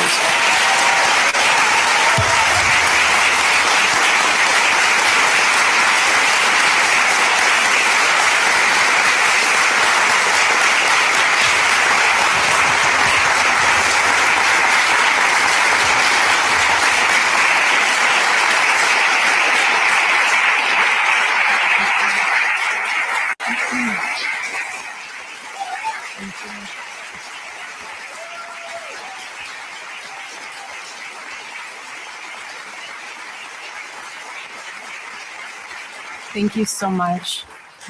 And Governor, thank you. You've always been such a phenomenal supporter of ours and of Charlie's, and I'm just tremendously grateful because just like you and other governors who have been bold enough to stand alongside us to make sure that Charlie's dream of having a Club America on every single high school campus come to fruition and come to life. And I'm unbelievably grateful for your bravery and for your conviction to make that happen. I'm so grateful. And I know that each and every one of the students here and across the country is grateful as well. So thank you. I'm grateful for that.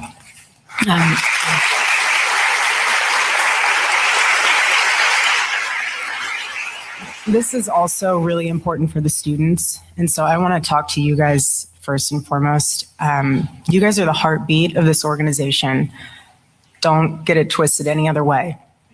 And this is just as much your legacy as it is mine and my husband's. And I want to encourage you, like I just said to the students earlier today, the greatest investment you have is your time. And we don't take that lightly. When you join a Club America, when you join a Turning Point USA chapter, you're investing your time into our organization, but we also want you to know that we are investing our time and our resources and our assets into you. Uh-oh. And that's the part I really wanted you guys to hear there. They're investing their time and resources into them.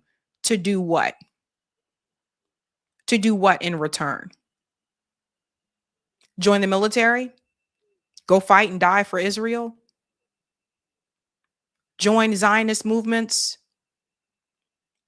Run for our what are you investing into your time and resources into them to do what? Because the reality is, as much as she says like it's not just their legacy, it's the kids' legacy as well. No, it's the legacy of Turning Point USA. It's really the legacy of the organization. Many of these kids, especially by the time they graduate from high school, they may never even remember this. I don't even remember all the organizations I was in when I was in high school. A lot of the things that seem important to you at that point in time, as you get older, they become less and less important. So it's really for them and for them to build their brand. But what I want to know is, what do they want in return?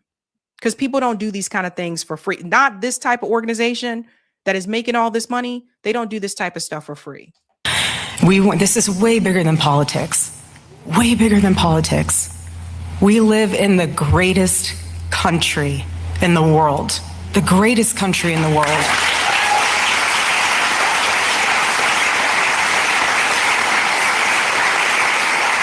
It's not perfect. Excuse me. It's not perfect. Our country's not perfect. No country is perfect. No person is perfect. But it is the greatest.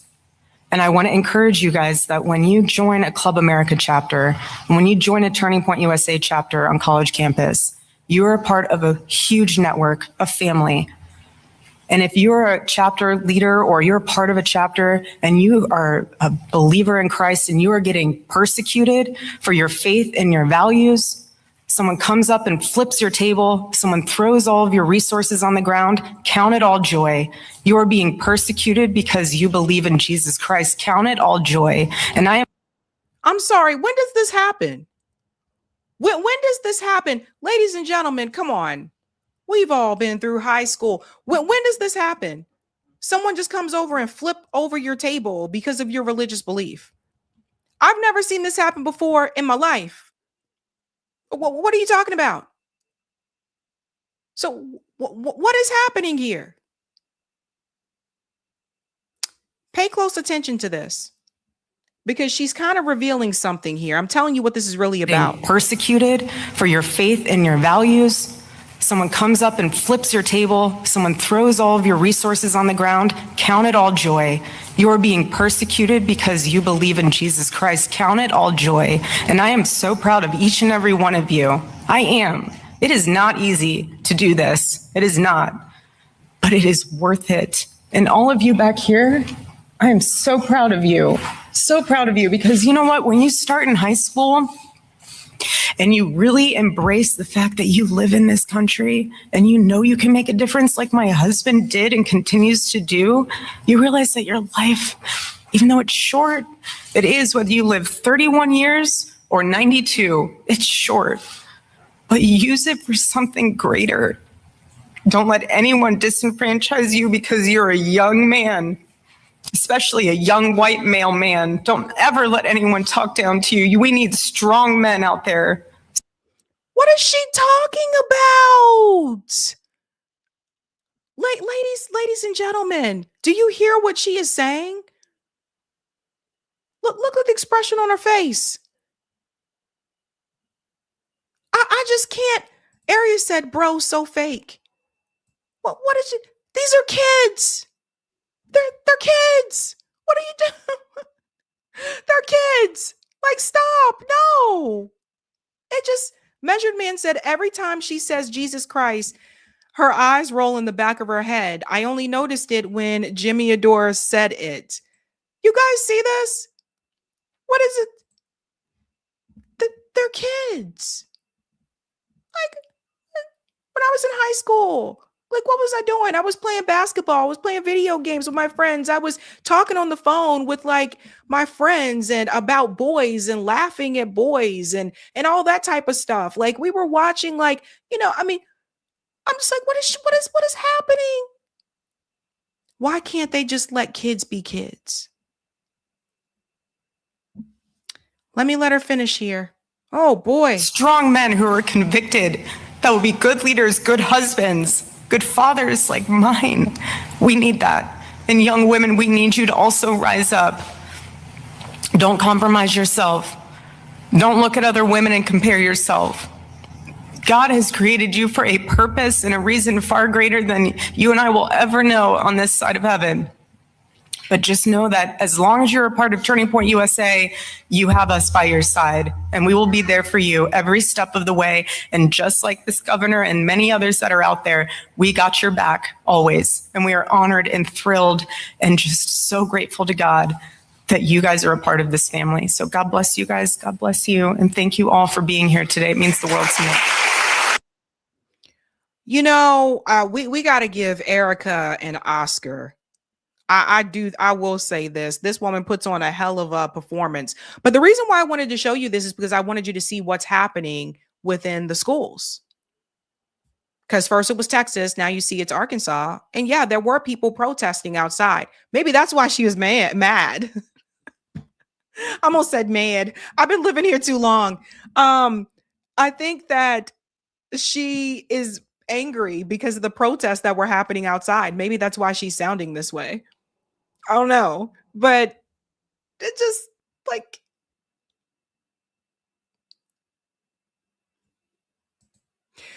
people, talk to your kids, talk to your children, especially if you have teenagers. Like, please talk to them. We don't want them to become like Erica and them. Where my fear comes is the hold that they're having over, that she's going to have over younger people now. Right. Like, you know, a lot of younger people have become anti-Israel. They're not for Israel anymore, and rightfully so. And I feel like this is a way for Zionism to creep into the schools. And I feel like they will use this vehicle of Turning Point USA to do it. I really do. Now I see why some people homeschool their kids. Let's go to the next one, Eric. All right, let's go to some of the comments. We'll keep it moving and grooving, ladies and gents. Do me a solid and smash the like if you haven't done so. All righty.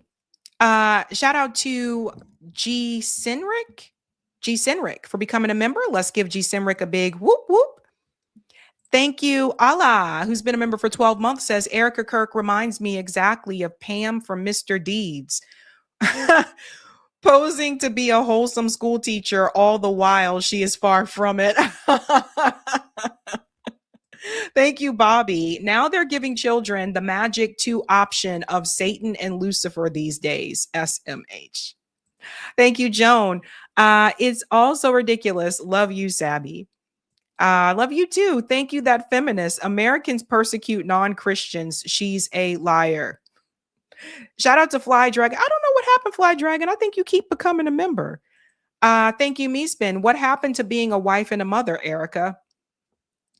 Young men, you stand up. We need strong men out there. Thank you, Marlon. Cult leader alert. Oh my gosh. All right, let's get to some numbers now. Now we have to get into a little bit of economics here. And then we'll get to the Whitney Webb story. So the job report. Let's talk about feeling under pressure. Americans are feeling under pressure because that job report was not correct. And now I want to show you the numbers of jobs that have been lost as of recent. U.S. job numbers have now been revised down in each of the last 13 months by a total of negative 710,000 jobs. This means that employment was initially overstated by an average of approximately 55,000 jobs per month. U.S. job numbers were revised down by another negative 4,000 jobs in January and negative 65,000 in December. So do you see, these are the corrections about the jobs report that are coming in. This brings the December reading down to negative 17,000, marking the 5th contraction over the last 9 months. Since January 2024, there have been downward revisions in 25 out of 25 months. The U.S. labor market data is more unreliable than ever. So if you look at the graph here, guys, you can see that the job reports that they release to us, they come out with that job report every month or whatever. It's not completely accurate. The long story short here, and many of you have been seeing it if you've been out there looking for a job, is that people are losing jobs left and right. If you look at the green lines here, that's the initial reporting. Notice the green initial reporting is higher than what it actually was supposed to be, because now that they went back and they looked at the latest readings, it goes to show you that we had less jobs than they said that we had. Now, this happened under the Biden administration too. They came back and they had to correct it and say, actually, it's been this. But what I want you to focus on is negative 710,000 jobs. Where did those jobs go? One is AI. Now, I don't know what everybody's been seeing around here, but every time the president, whether it was Biden or Trump, would release this jobs report, I was like, I don't know what they're talking about, because people are constantly being laid off. And that's right here in Massachusetts, where there's a lot of jobs here. But what are the jobs, right? There's a lot of contract positions. There's temp to perm positions. I mean, when people are looking for a job, ideally, they're looking for a job that has benefits. People want to have benefits. And a lot of the jobs that I've seen posted, especially here in Massachusetts, have been contract, temp to perm, and temp to perm, it can be a joke, by the way. Sometimes temp to perm just ends up being temp, and you find out the hard way. But a lot of those jobs that I see here don't give full benefits. So we're losing jobs.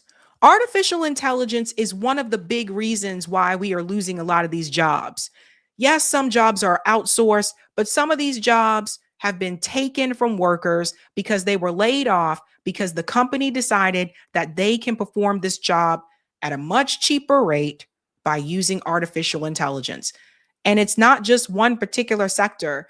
It's happening all across the board. I've seen it in healthcare. If you read the research, healthcare, tech, education, all throughout. So no one's really exempt from it happening to them. And I've been trying to sound the alarm about this. And what I want people to understand is here are some of the jobs that you may not think of that could be impacted. A lot of times when people think about artificial intelligence taking jobs, a lot of times people look for things that are easily automated, right? Like if you're a coder, coders can be replaced with AI. That's an easy one, right? A lot of people like saw maybe software engineer, those types of things. They're like the tech kind of fields can be replaced with AI. But it's also more simpler jobs, like a cashier. You probably see it every day. Whether you walk into a retail store or maybe you walk into your favorite fast food restaurant and all of a sudden there's no one there at the counter, but there's a self-checkout kiosk. That's taking someone's job. One of the ways that you can prevent that is try your best not to use the self-service kiosk. Try to go to a real person.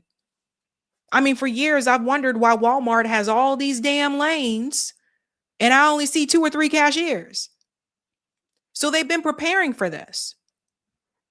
And it's coming to all sectors. So retail is one of the biggest ones that is hit by AI. And they've done it in different ways, whether it's the self-kiosk or it's online shopping. Online shopping is killing physical brick and mortar retail stores.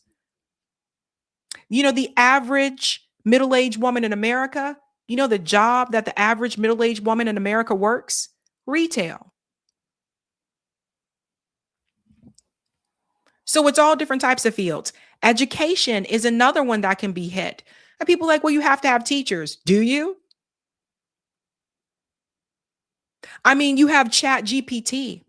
You have Grok, which is on X.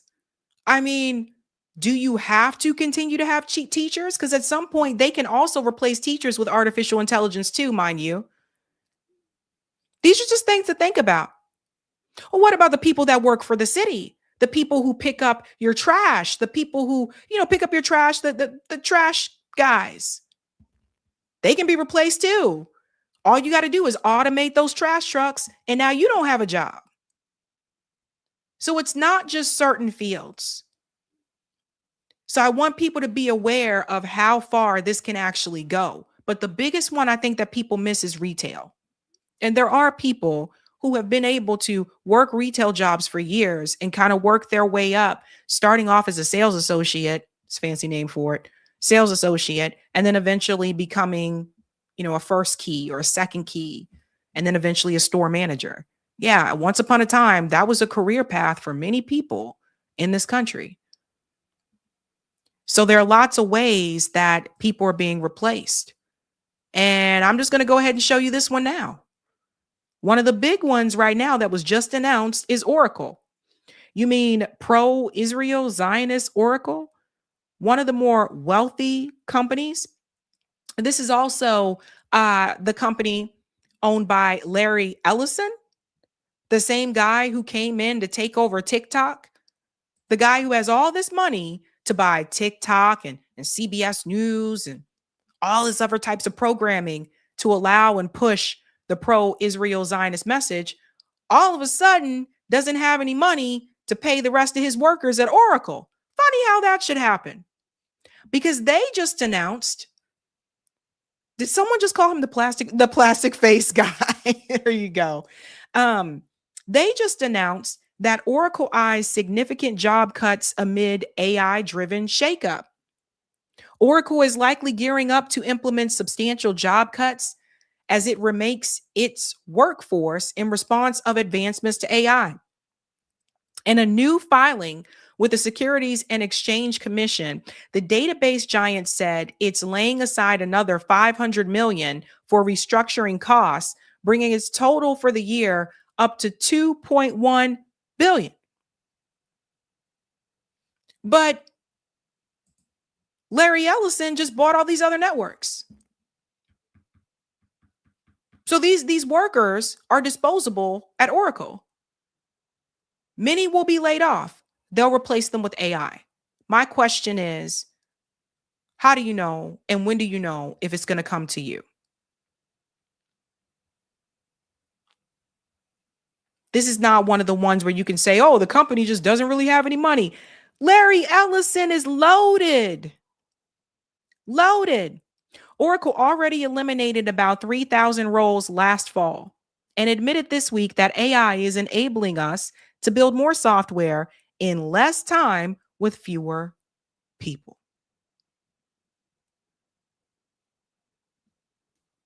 Now, I don't like to leave people with the badness. I want to leave you with some goodness as well. So I do want to go ahead and tell you some of the things that you can do to prevent this, right? So some of the things that you can do to prevent it. This is why I say, for those of you that have kids, talk to your kids about going into the trades, because this is a big one. I think that a lot of times it's just overlooked, like heating and plumbing, or heating and air and plumbing, these types of industries, carpentry, and until they find a way to automate that. But it seems like what I have been noticing is a lot of the jobs that require a college degree, like to work at Oracle, for example, a lot of these jobs are getting automated. So if the college kids can't get jobs, what happens to everybody else? I think this is where the trades are going to be very beneficial. Going to trade school. A big one that I know I've said on the show before, but I think it's overlooked oftentimes. A big one is welding. Welding actually pays very well. Very well. And you can possibly go to trade school for welding, and depending on the cost of it, maybe not have to take out any student loans. And you're getting paid very well. That's something that's needed. But look into the trades. Don't sleep on those. But you're probably wondering, well, if they were wrong about the job report, what's going on with unemployment? Funny you should ask. Let's take a look, shall we? When we get to unemployment, and we're going to break this up, right? One of the big ones that people are not talking about is that the unemployment rate for Black workers is over 7.5%. I'll get to the reason why in just a second, but I'm going to show you different groups so you can see it for yourself. But I want you to see, because we can go to different ones here. I want you to see what it is right now. Unemployment for Black or African American, check this out, 7.7%. That is February 2026. 7.7%. Now, obviously, guys, it's going to be really high for 2020. It's like that for every group because of the pandemic. So obviously, we know what happened there. If we go back to around here, 08, 2010, we're talking about housing crisis era. We understand that as well. However, so you're not going to see a lot of crazy high amounts like that, pandemic, housing crisis. However, right now, why is it at 7.7%? I'll tell you why in just a second. For Hispanic or Latino Americans in the United States, what is it right now? Again, everybody has that high spike for the pandemic. See, right now, for that month of February 2026, it's 5.2% unemployment rate. Theirs is still increasing as well. Let's go look further. Let's look at unemployment for white Americans in the United States right now. Again, see that high skyrocket right there in 2020? All right, so let's go to February 2026, 3.7%. What does everybody notice? This is why I say when America gets a cold, Black people get the flu.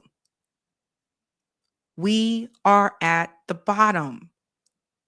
Now, there's a reason why we're at 7.7%, and I want to show you why. Remember that whole Doge escapade? Remember all that? Why are unemployment rates climbing for Black workers? Let's check into this here. Just going to dive down here. I warned people about this. Here's an example of one. In mid-February, her job was eliminated. She and other OPM employees were told in a pre-recorded video. Without income, she struggled financially. She went on food stamps and the job search. This is Mundell talking that it was really hard. I would apply for like 4 jobs every few days. I would get an email occasionally saying that I met the qualifications. They would put my application on file. This is something else I was going to mention to you guys about. Have you ever noticed, any of you, if you've ever been laid off, or let's say you were fired, either way, but you're looking for a job. Have you ever noticed that if you're laid off and you're looking for employment, it seems to be harder to get an interview or to get a job versus if you're currently employed and you're interviewing and you're trying to get a job? You ever notice that? I have noticed this with every single one of my friends and family members that have been laid off. It seems like it's even harder to get an interview and to land a job when you're laid off. It's like, well, they know you ain't got no job. So they're just like, oh, well, we'll just let you ride it out or something like that. But when we go into what happened with Doge, unemployment for Black workers, meanwhile, has soared up to 1.4% from 6.1 to 7.5. For those ages 20 or older, Black men's unemployment has increased by 1.2% from 5.7 to 6.9. Black women's unemployment has increased from 1.9% from 5.4 to 7.3. For that same age cohort, unemployment for white workers has not increased at all. It's still at 3.3%. This was at that time. What changed? This time last year, we had Doge, the Department of Government Efficiency, basically taking a chainsaw to the federal workforce. Historically, the place Black households have been able to find good jobs, well-paying jobs with pension benefits. The Office of Personnel Management no longer publishes information on the current racial composition of the federal workforce, but OPM told Marketplace in an email that the Diversity Cube data search tool on OPM's former web portal, FedScope, where this information was obtainable until late 2024, was eliminated pursuant to EO 14151. So they didn't have that data.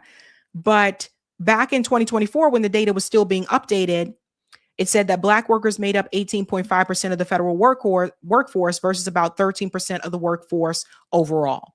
So let me break this down for everybody. This is what I was warning people about when they said they were going to start firing people, laying off people from those federal jobs. For a lot of us, including my family members as well, the way that we were able to try to build some type of wealth, and that we ain't wealthy, but the way we were able to get home ownership and all those types of things were the federal jobs. Those federal jobs came in to save Black families during a time when a lot of times we could not get those jobs through the city or the state. If you watch my documentary, Removed: Black Erasure in Boston, that is one of the things that I show you, which is that even right here in so-called progressive Boston, Massachusetts, they did not want to hire Black people for city jobs. So this is not something that was unique in red states, or that was just a Southern thing, because it's not. That's a common misconception. So Black people weren't allowed to get hired in the education sector in Boston. They weren't allowed to be police officers. They weren't allowed to, even some of the journalist positions, they weren't allowed to have those. They were not allowed to have the city jobs. During that time, the federal government at some point stepped in and said, we will allow them to have the jobs. That way they can try to build some type of wealth.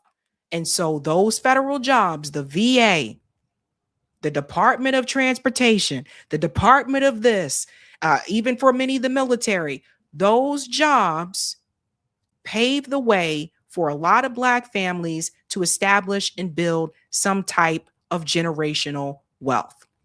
When Doge came in and they laid those people off, I told you most of the people that will be impacted will be Black people. And that's exactly what happened. And that is a big part of the reason why we are at 7.7% unemployment.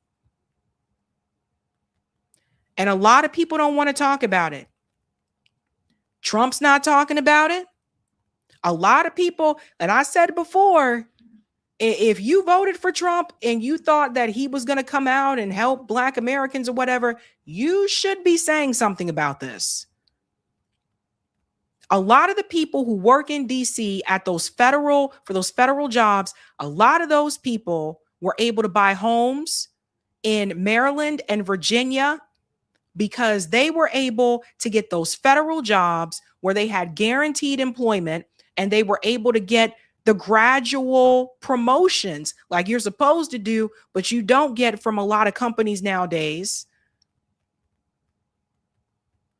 And then they would retire with those jobs, and they would even get pensions and other benefits after retirement. Those were good jobs.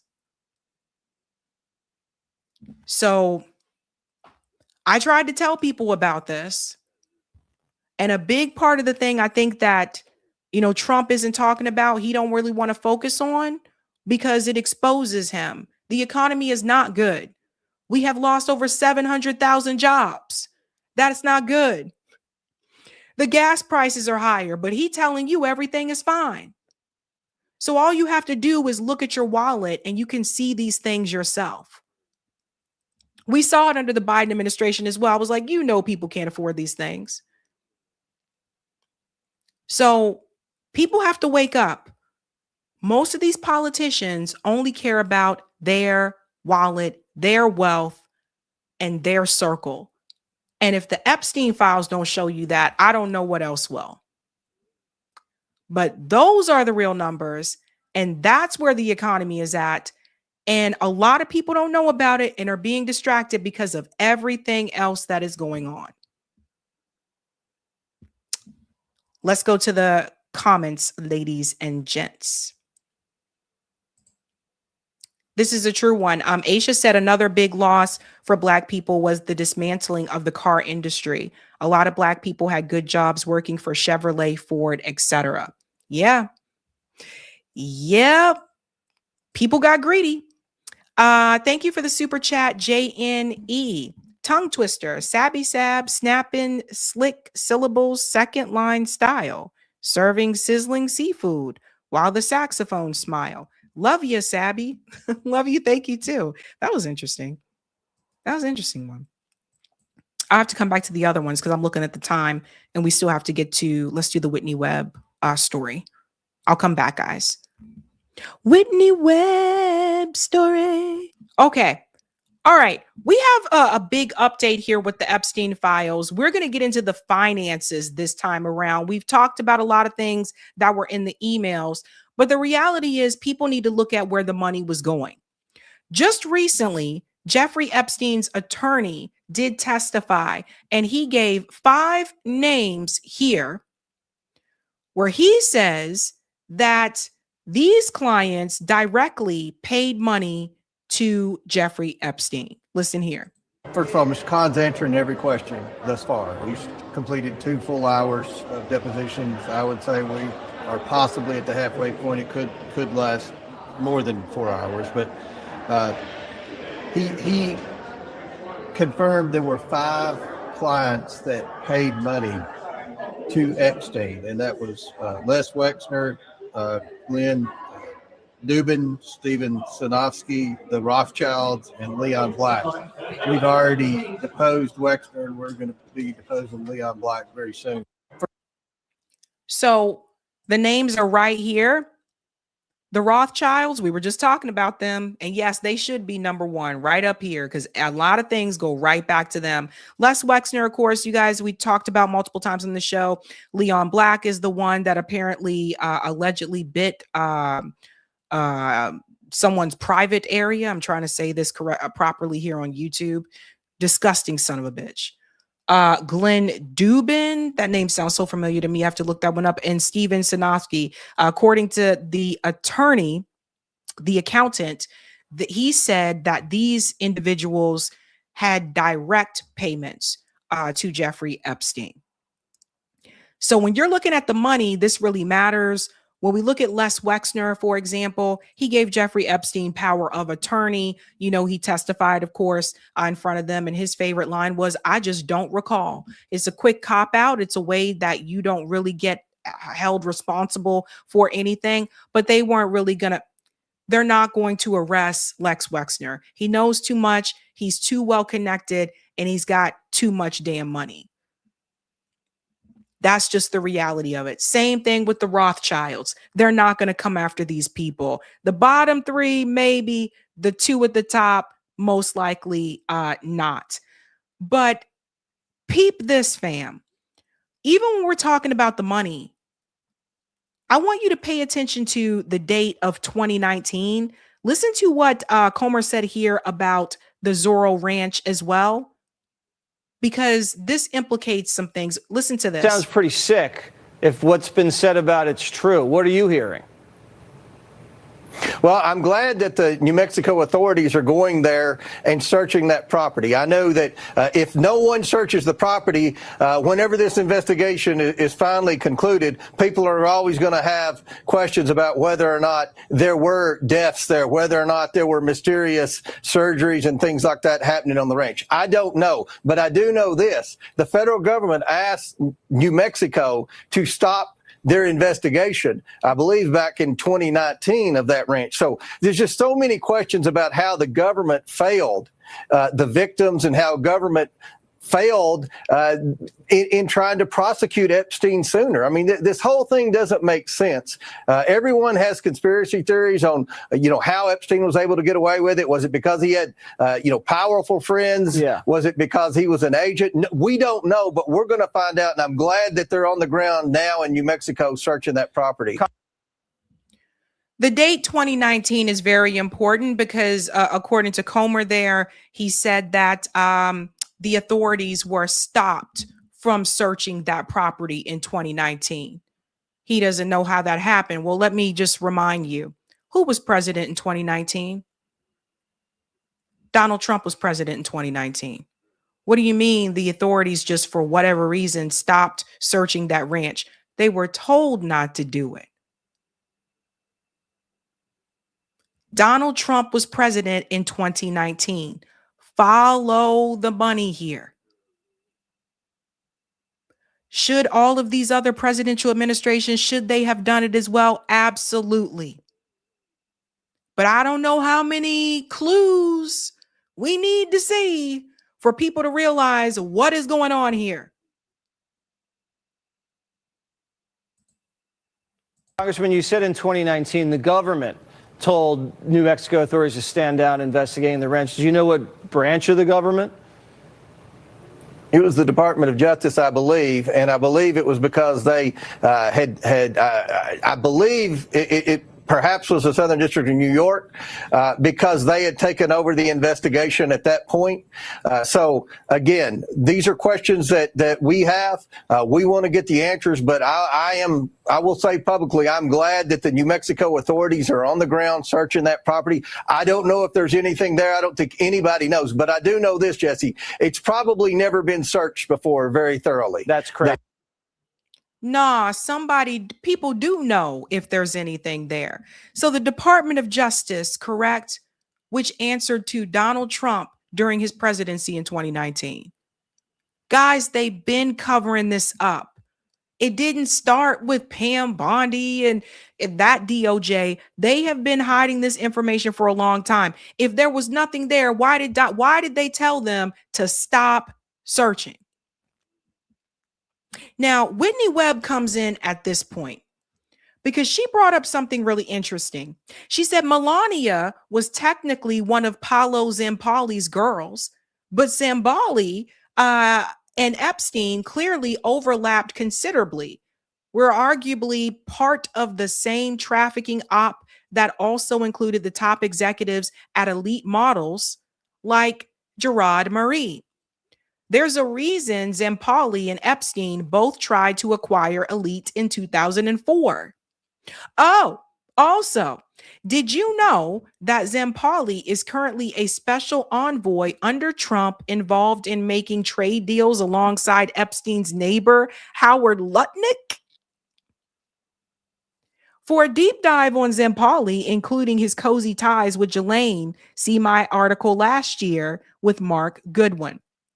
I think we went through this on the show before, but one thing I appreciate that Whitney does with her journalism with the Epstein is that she followed the money. She didn't just focus on, oh, it's alleged that this happened. It's alleged that that happened. She followed a money trail. Melania knew Epstein, most likely through Zempoli. She was connected in the modeling circuit. Don't forget about Naomi Campbell.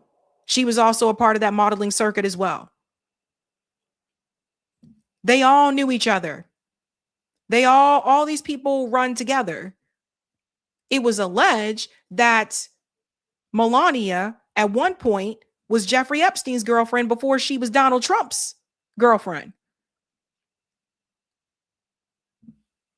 So all the rich peeps roll with the homies. She was responding to Grizzy here, who said, so Melania Trump was one of Epstein's girls. And that, of course, is in response to this email here. I simply cannot believe this victory. No one called it. We all thought she'd win. You must be happy, though. I remember flying back with Donald on his plane. The first weekend I went to visit you in Florida was the weekend he met Melania, and he kept on coming out of the bedroom saying, wow, what a piece of hot ass. Nuts. Anyway, hope you're enjoying Saudi. That person's name is redacted, of course. But that was sent to Jeffrey Epstein. I think this is very fitting, but someone made an anonymous artist installed a Titanic-inspired statue of Donald Trump and Jeffrey Epstein. Guys, look at this. Isn't it just beautiful? Where's Celine Dion when you need her? You're here. There's nothing I fear.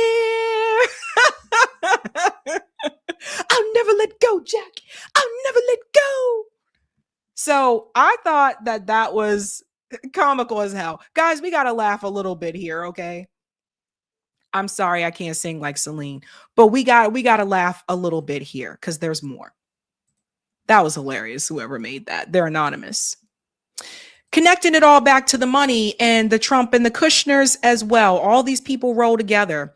Whitney goes on to say, a lot is being said lately about Jared Kushner as it relates to the Epstein case. It is important to consider that the Kushner family real estate business routinely fronts for others and doesn't use their own money for a lot of their real estate transactions. It is reminiscent of how Epstein, who was also involved in distressed New York real estate and regularly referred to as a property developer in the 90s press reports, was often a conduit for other people's money. While Epstein is the focus of the criminal case for obvious reasons, he was a fixer for billionaires whose money he managed, e.g., Wexner and Leon Black, etc. With these people, it's essential to follow the money to see who's pulling the strings. Several key Kushner real estate deals have seen the family serve as fronts for Andrew Farkas, with Farkas being the co-owner of the USVI marina from which women and girls were ferried to the island, among other things. You see how she's connecting the money?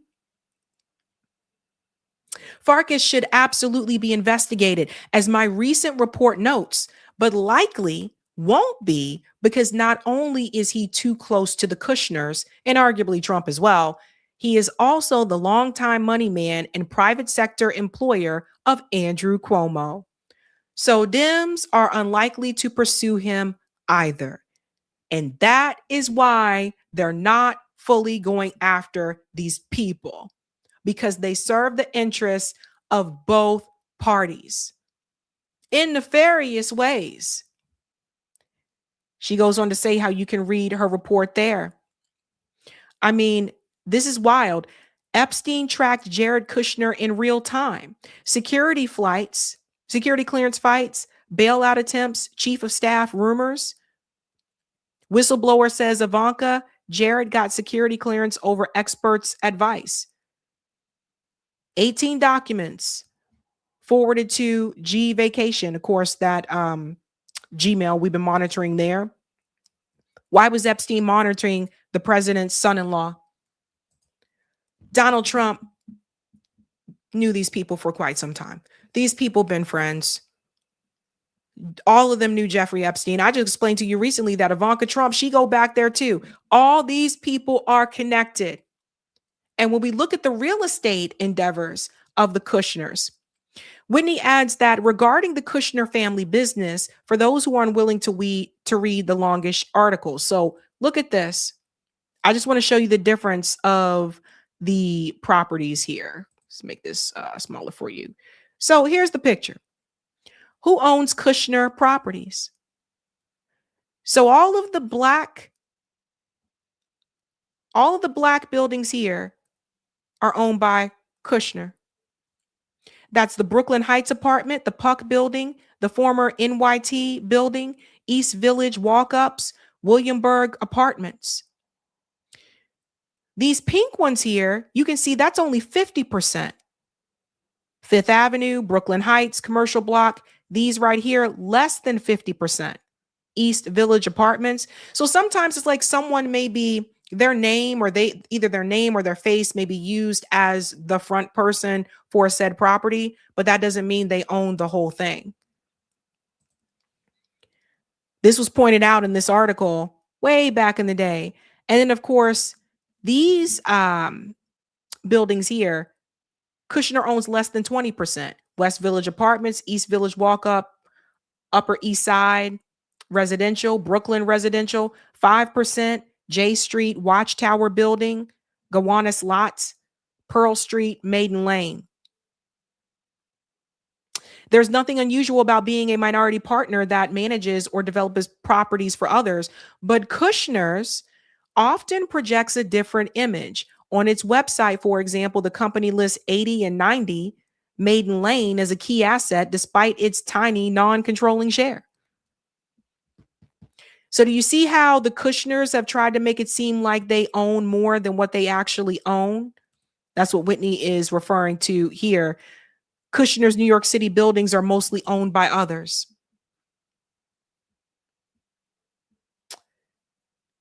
It gets more interesting because Whitney's going to call these assholes out too. Well, not both of them. I guess just Michael Schellenberger. Michael has fallen way off.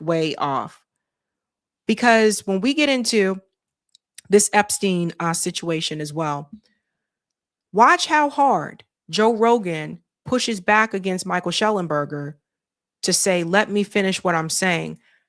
I don't know what happened to Michael Schellenberger or Matt Taibbi. They were really good with the Twitter files, but as time has gone by, it's very clear to me they've jumped into this protect Israel or whatever phase. And you're going to see this happen with Michael Schellenberger here as well. For whatever reason, he's really trying to protect Jeffrey Epstein's name or namesake. Whitney exposes why. Listen. I, like a lot of other people, had assumed that someone murdered him. But you start looking at the evidence for that. Look, maybe there more will come out. And even this last few days, there's some new things that people point to, but they actually are not actually evidence of it. They said, Epstein's brother's attorney or Epstein's brother's examiner said that he broke his hyoid bone, and the hyoid bone is not usually broken in hangings, only in strangulations. Actually, it is broken in hangings, particularly for older people. Broken in 3 places. Yeah, and that's like, and it's low on his neck. Yeah, and that happens. Also, the lady who was the guard deposited money into her account. I saw that, but that doesn't. What does that mean? Okay, well, I mean, in other words, she also Googled his name before he died. All that's totally okay, but it's like, let me Scooby-Doo. Why are you dismissing? I don't understand why you're dismissing it. And I don't usually see Joe Rogan this way in responding to people. He's usually like mad chill. And this time it's very different. just look how quickly Michael Schellenberger came in to defend. Why?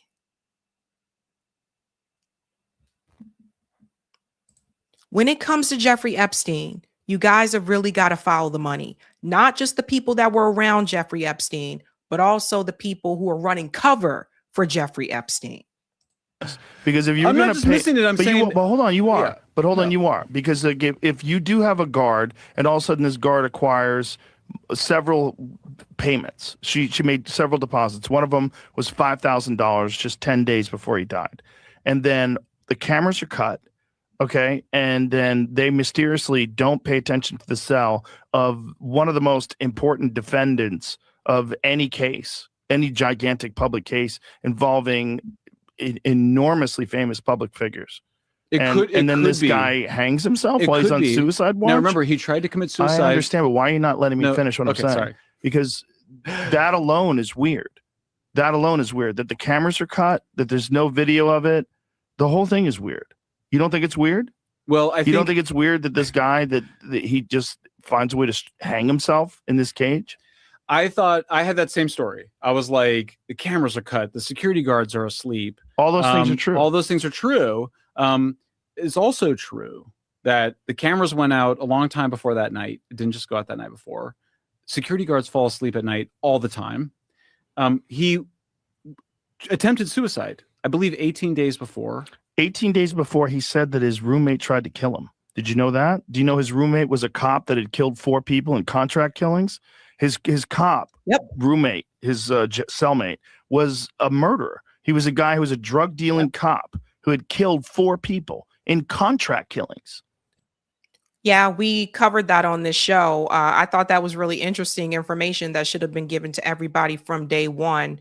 It was obviously they put someone in there that was going to try to take him out. And that was his fucking jailmate. And 18 days before, he said that guy tried to kill him. But he said that's his. But is there any look doubt at that guy? Yeah. That is his fucking cellmate. Why would you put a guy who's one of the most high-profile defendants in any case ever in a cell with a hired killer who's a giant gorilla, like this huge fucking jacked Italian guy? But he wasn't in the cell with him that night. He was by himself in the cell that night. He was the guy who 18 days before Epstein said tried to kill him. But Epstein tried to kill himself.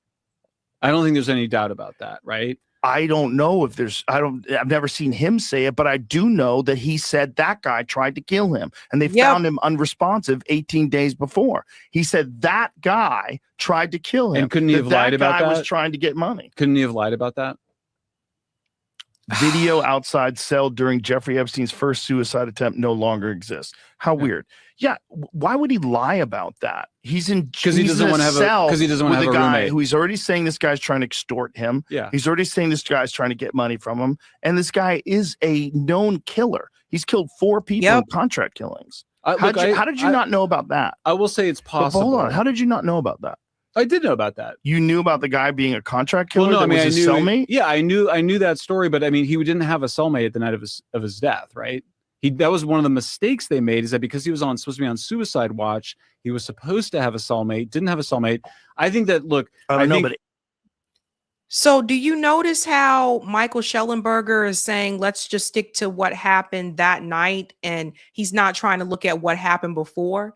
Whereas Joe Rogan is looking at everything that happened before that led up to that night. Don't you think that that's important?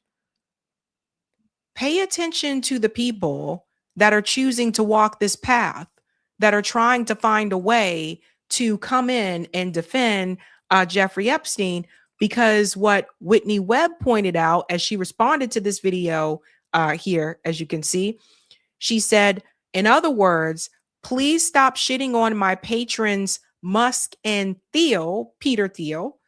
They are totally cool and trustworthy still, I promise. And ding, ding, ding, ding, ding. There it is, folks. When we say follow the money, why is Matt Schellenberger saying these things? Why is he walking this line? There you go. Look who is funding. Look who's helping and who's promoting, who's fun. Look at that. Who's elevating him? Where's he getting this money from? What is going on? These are the things that you have to pay close attention to, especially around the Epstein situation. It's very weird to me how hard some people are fighting to defend Jeffrey Epstein. She goes on to say here, pay attention to who is showing you that they are a big tech oligarch stenographer. She's talking about the same video. People like this guy 180'd their take on Epstein only when their oligarch patrons got outed by recent releases. It is no longer convenient for them, so their lackeys are backing what is now the convenient narrative. He's not the only one either. Looking forward to the future cope of how getting brain chips and biometric user verification on X is necessary to save free speech, because reasons and how using stable coins on X is so much better than CBDCs. So obvious. I mean, like, Joe Rogan checked him, man. Checked him. When you look at the money of all of it, you also need to know JP Morgan, they funded a lot of these activities that happen on Epstein Island. Now, Jamie Dimon claims he don't know who Epstein is. I have no idea who Jeffrey Epstein was. I find that hard to believe. If we go back to this article from Whitney Webb in 2023, it's called The Rise of Jamie Dimon. As JP Morgan's ties to Jeffrey Epstein are being scrutinized in court, Whitney Webb reveals how the same powerful players who brought Epstein to prominence were largely responsible for the rise of JP Morgan CEO Jamie Dimon. Jamie Dimon, Les Wexner, all these people are connected. So we're going to fast forward here and show you this connection of Jamie Dimon and Les Wexner. Let me get to this part here. We go through the Gorbachev days. It's a long article, so bear with me. I think it's right about, there's American Express. See, there's Jamie Dimon right there when he was younger.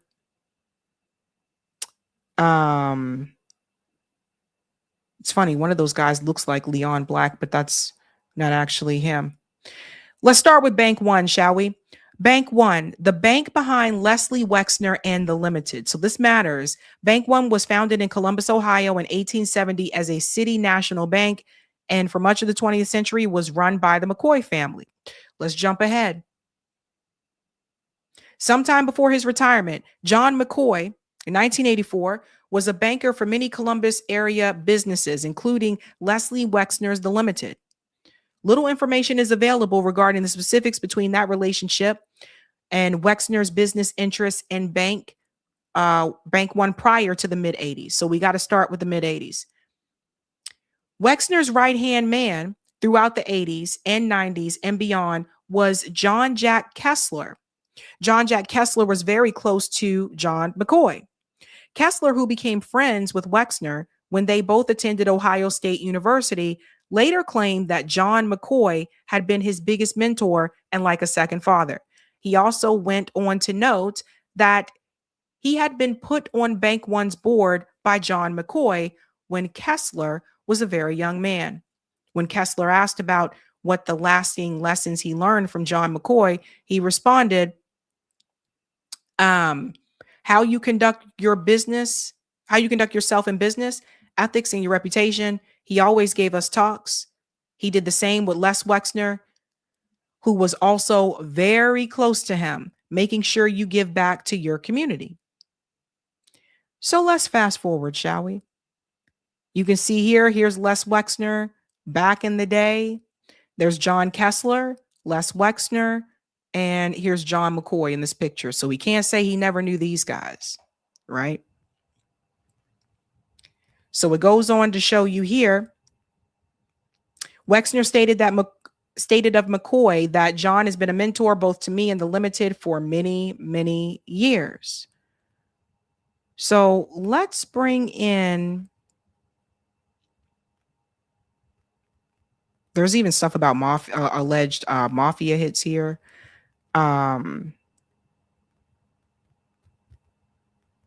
This part here. Here we go. Sorry, guys, it's very long. So just give me a second. Right here. Kessler is portrayed as one of Wexner's closest associates and, as previously mentioned, co-founded the New Albany Project with Wexner. Wexner and Kessler formed the New Albany Company and spun off a bunch of paper corporations to cover their footprints. Then their minions knocked on doors and made the proverbial offers you couldn't refuse. Jeffrey Epstein got involved in the New Albany Project around 1988, shortly after becoming a financial advisor to Wexner. He was eventually a general partner in the real estate holding company, New Albany Property. Let's go on here. So you see Epstein working with Wexner at that point in time. Then we get into the Bank One laundromat. It's so much information, you guys. You got to read into a lot of this stuff. But Bank One in the early 1990s had an apparent relationship with a controversial data processing and bank software firm tied to the aforementioned promise scandal and financial espionage. That company, Systematics, was controlled by the intelligence-linked Arkansas businessman and political kingmaker Jackson Stevens. Stevens, who played a major role in the rise of the Clinton family, tapped Little Rock's Rose law firm where Hillary Clinton worked to represent Systematics. See, I'm telling you, it's a lot of people tied to this stuff, man. Anyway, let me fast forward.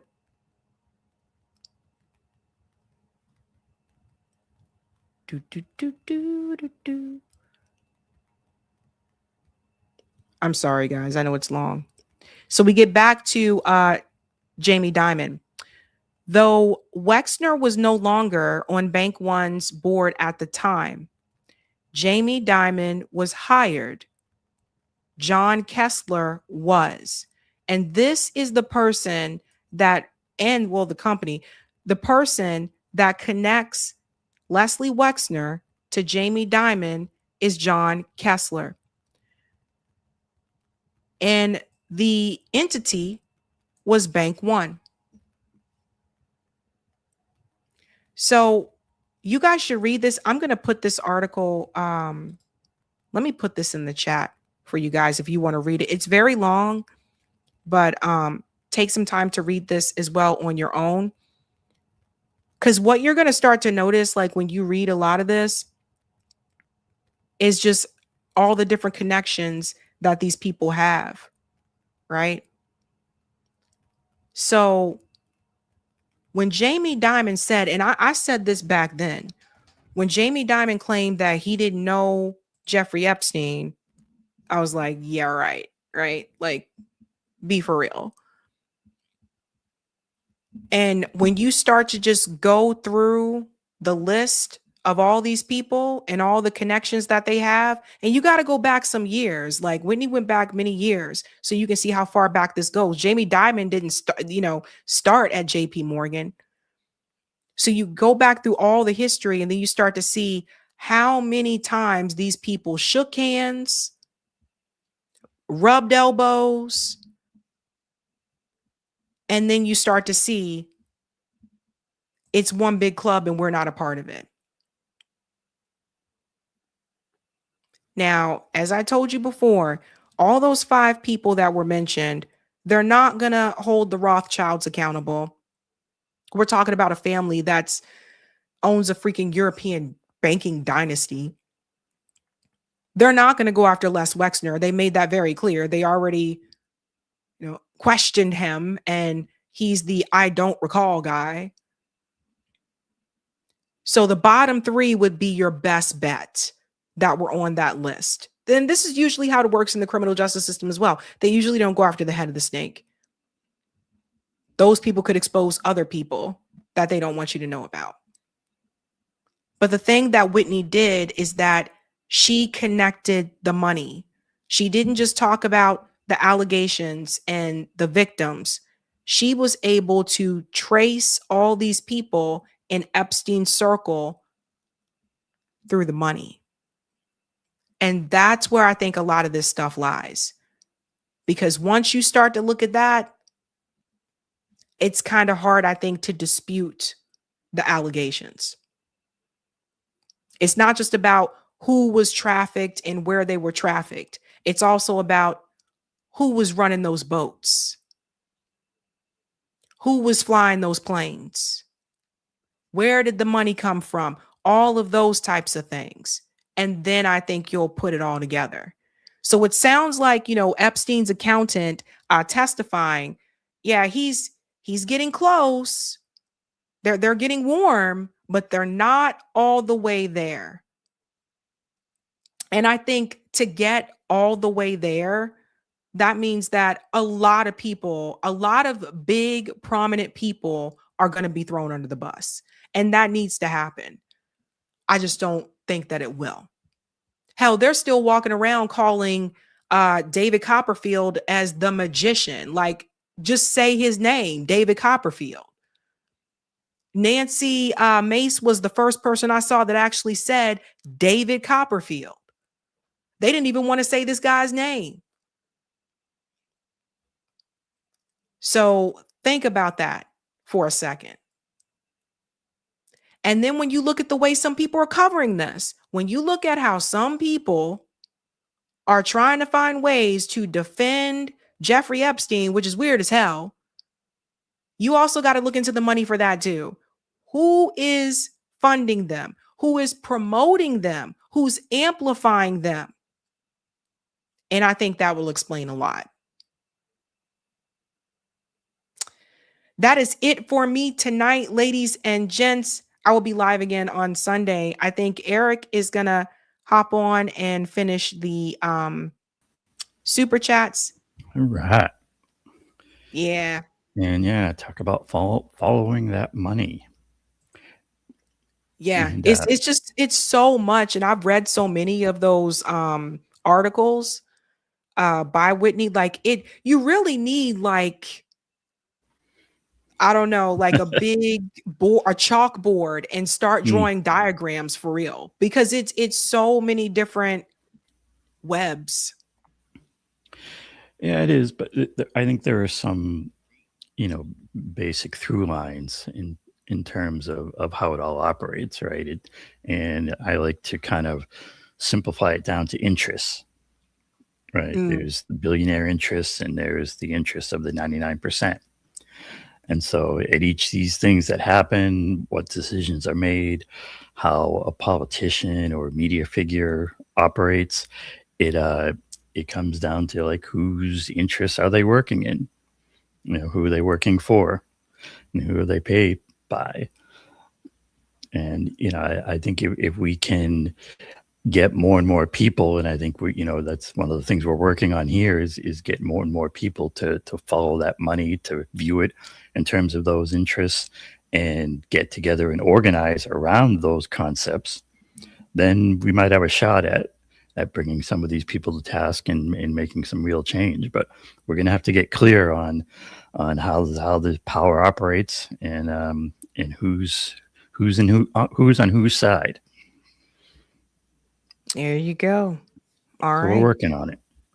That's right. All right, guys. Again, I'll be live again on Sunday, and look forward to an interview with Professor Richard Wolff that should premiere sometime this weekend. There you go. Oh yeah, I forgot to tell people. We'll resume call-in next week because I know we were going a little bit later tonight, but also I do have the interview tomorrow. So you guys have a good weekend, and I'll see you on Sunday. All right. We'll let our Sabby go on her way, and I'm just going to wrap things up here. We got some super chats in the queue, and we'll see what else comes to mind here and there. We'll play with our camera. And let's see, what did we talk about today? There's Yeah, the interview with, of course, Colonel Wilkerson was great, and if you're, I think it really helps to understand why these wars and why these wars and attacks and all this stuff keeps happening. If you know, like we always say, follow that money. One way I like to phrase it is to say, war and war tensions are profitable. There's a powerful set of billionaires who own these huge defense contractor type military industrial MIC corporations who profit from these wars. They profit from the war tensions, even if it's not a hot war. If there are war tensions and fear, then more weapons get purchased. And if you make connections to the weapons purchases and that kind of MIC profits, I think a lot of this can make a lot more sense. The whole Ukraine-Russia war, right? At its core, you look at what's happening, is huge profits for those certain corporations and that set of billionaires.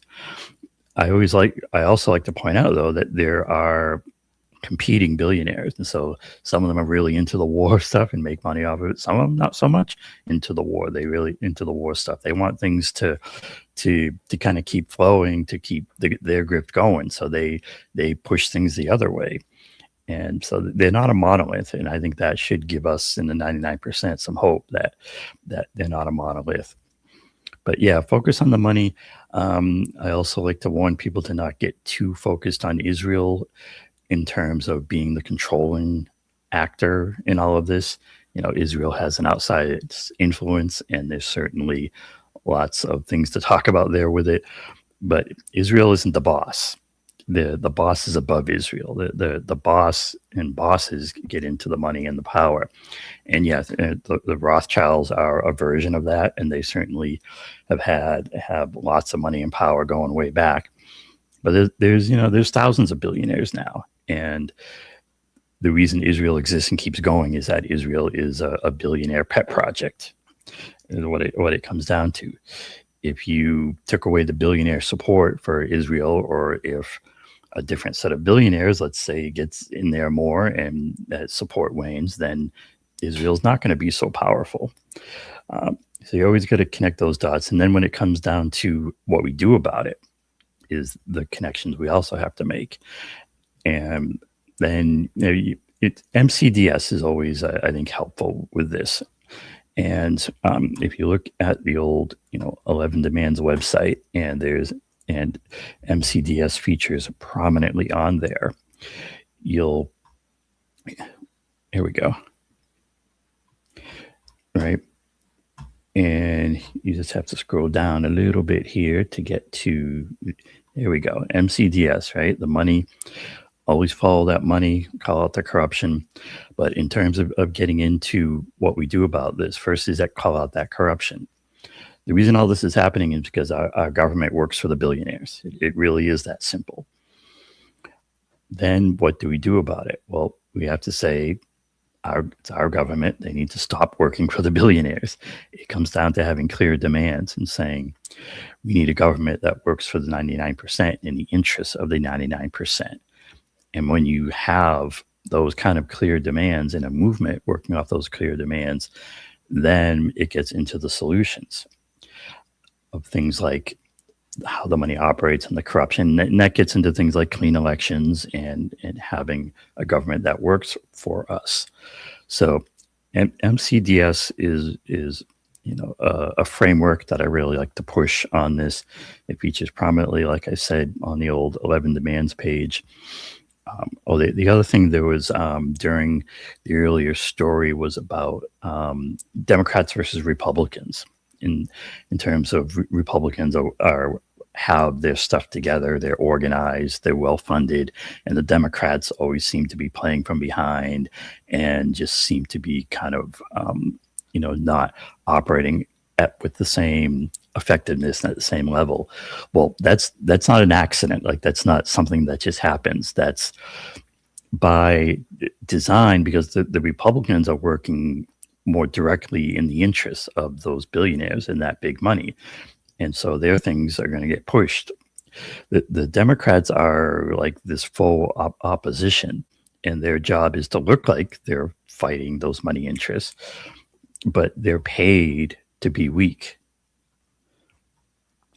And so when you're seeing this thing and wondering why do the Republicans look so strong and do all this stuff and Democrats don't, well, that's their job. That's their roles.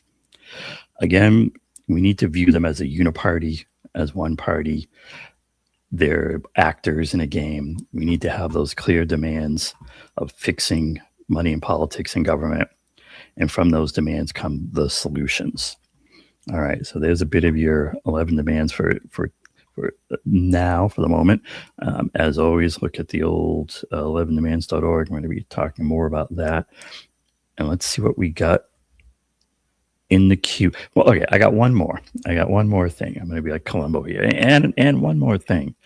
When we were talking about work and the job situations, I think as is often the case, I want people to connect the dots and to look at what the real core solutions are for these things. One of the things I say about work is that we need to imagine and shoot for and demand a world where work is a choice for everyone. Where work is a choice right now for rich people, but we need to try and open our minds up to the concept of a world where work is a choice for everyone. Now, how can that happen, right? It's almost hard in this capitalist system world that we live in to even imagine a world where work is a choice, right? Of course, everybody, quote unquote, has to work. Well, of course, that's not true because, like I said, rich people don't have to. But it's the world doesn't have to operate that way. And I make a connection between that and the 11 demands, because if you look at the list of 11 demands, basically what the demands paint is a world where work would be much more of a choice. The fixed big money, is the big overarching solution one. And then you go to the rest of what's in the demands, a world with healthcare for all. If we had a world with the minimum standard of living for everyone, not just a minimum wage, a minimum standard of living where everyone has a home and education. If we ended the wars, that would be pretty transformative. If we had racial and criminal justice, if the climate emergency isn't hanging over our head, if we don't have censorship, if we get into a world that has these things, if taxation becomes a tool for fixing wealth equality and not creating and making more wealth equality, then if we did those list of things, if we came anywhere close to those list of things, democratize the enterprise where work becomes more with worker co-ops. My point is, if we get even a part of the way down this road, we end up with a very different world, a world where you don't have millions of people struggling with gig jobs like Uber and delivery and things just to get by. And it becomes a world where people will still work because people want to work. People want to be busy. But doing work will be a thing to get you to extras. It would be the things to get you, if you want to have more stuff. It would also be so that if you wanted to be an artist, if you wanted to be a musician, even if you're not having big hit songs, those options would be open. So I just wanted to put that out there as maybe more of a positive vision, positive left vision, if you will, of the kind of world that we all should be trying to envision and work for. All right, let's see some super chats. We got super stickers there in the queue. Thanks to the yes for the super sticker here, Zion. And shout out to Fly Away Forever, who says, every company and doctor, hospital, I call AI something. All right. And thanks, Kedman, for the super chat, who says they're coming for everybody except surgeons. This is back to the AI story. And Fly Away Forever, thanks for the super chat, saying to FAI, I hear you.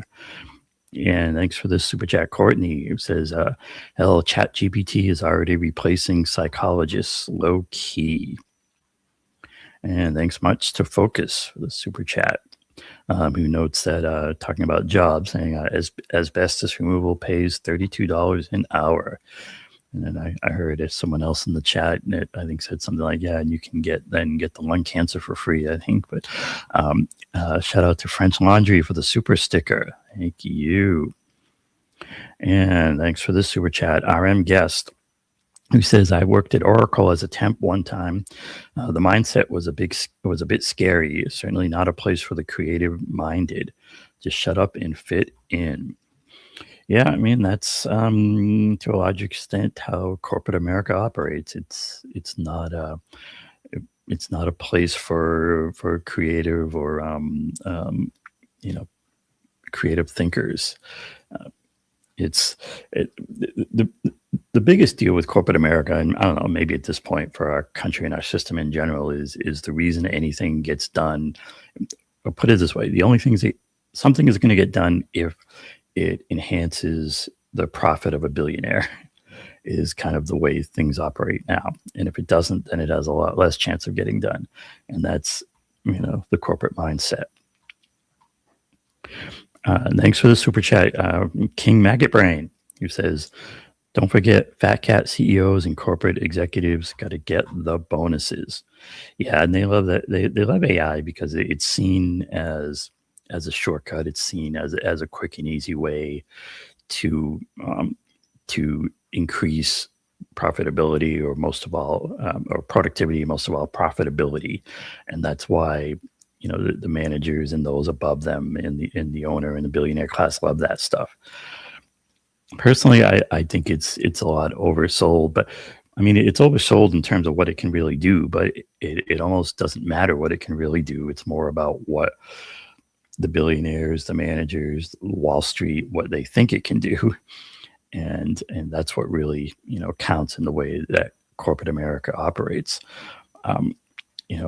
AI in doing coding, I can tell you from a person who works in the industry, there are some aspects of coding that AI can definitely assist in, and is becoming more and more used in those kind of tools.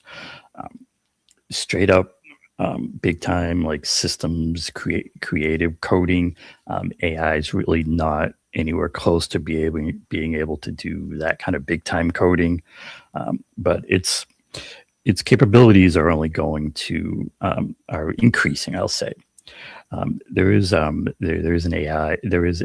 article on the 11 Demand Substack called AI is a Tool, which I would recommend people check out. That kind of gets into that idea. And the main thing is who benefits from it. AI could be a tool that the masses benefit from if it was used and leveraged properly. But that would take a big systemic change for us to get to that point. But it is possible. And it's, I like to say, it's something we should be demanding. All right, a little more, getting into more of this down this queue. Thanks for the super sticker, Unemployed Scholar. And thanks for this one, Sparky, who says, don't forget the post office. I don't know, Sparky, if that's in reference to AI or in general, but I will say the post office is kind of the post office in the United States is really, the postal service is really underappreciated. What a real gem, a real, awesome thing of a service it is and it's for the 99%, right? The way it runs. You want to mail a little letter, you want to mail a package, you can, give it to the postal service and they'll get it there for not a huge amount of money. And it's one of those public commons goods things that's underappreciated in my mind. Thanks much for this super chat, Kathy Williams Young, who says, Sabby, I would like to nominate you for YouTube channel of the year. Girl, you are the GOAT. And Sabby thanks you, and I thank you. Appreciate that. And thanks for the super chat, VS Need, Sabby, I believe Governor Richardson did. I bet he was governor of New Mexico, and he is in the Epstein files. Yeah, Bill Richardson is. His name sure does seem to be all over a lot of that stuff. And thanks much for Mary Quates, who says, Sabby, you are sensational. Thank you, Sabby. Thanks you. And shout out to Marvin Vargas.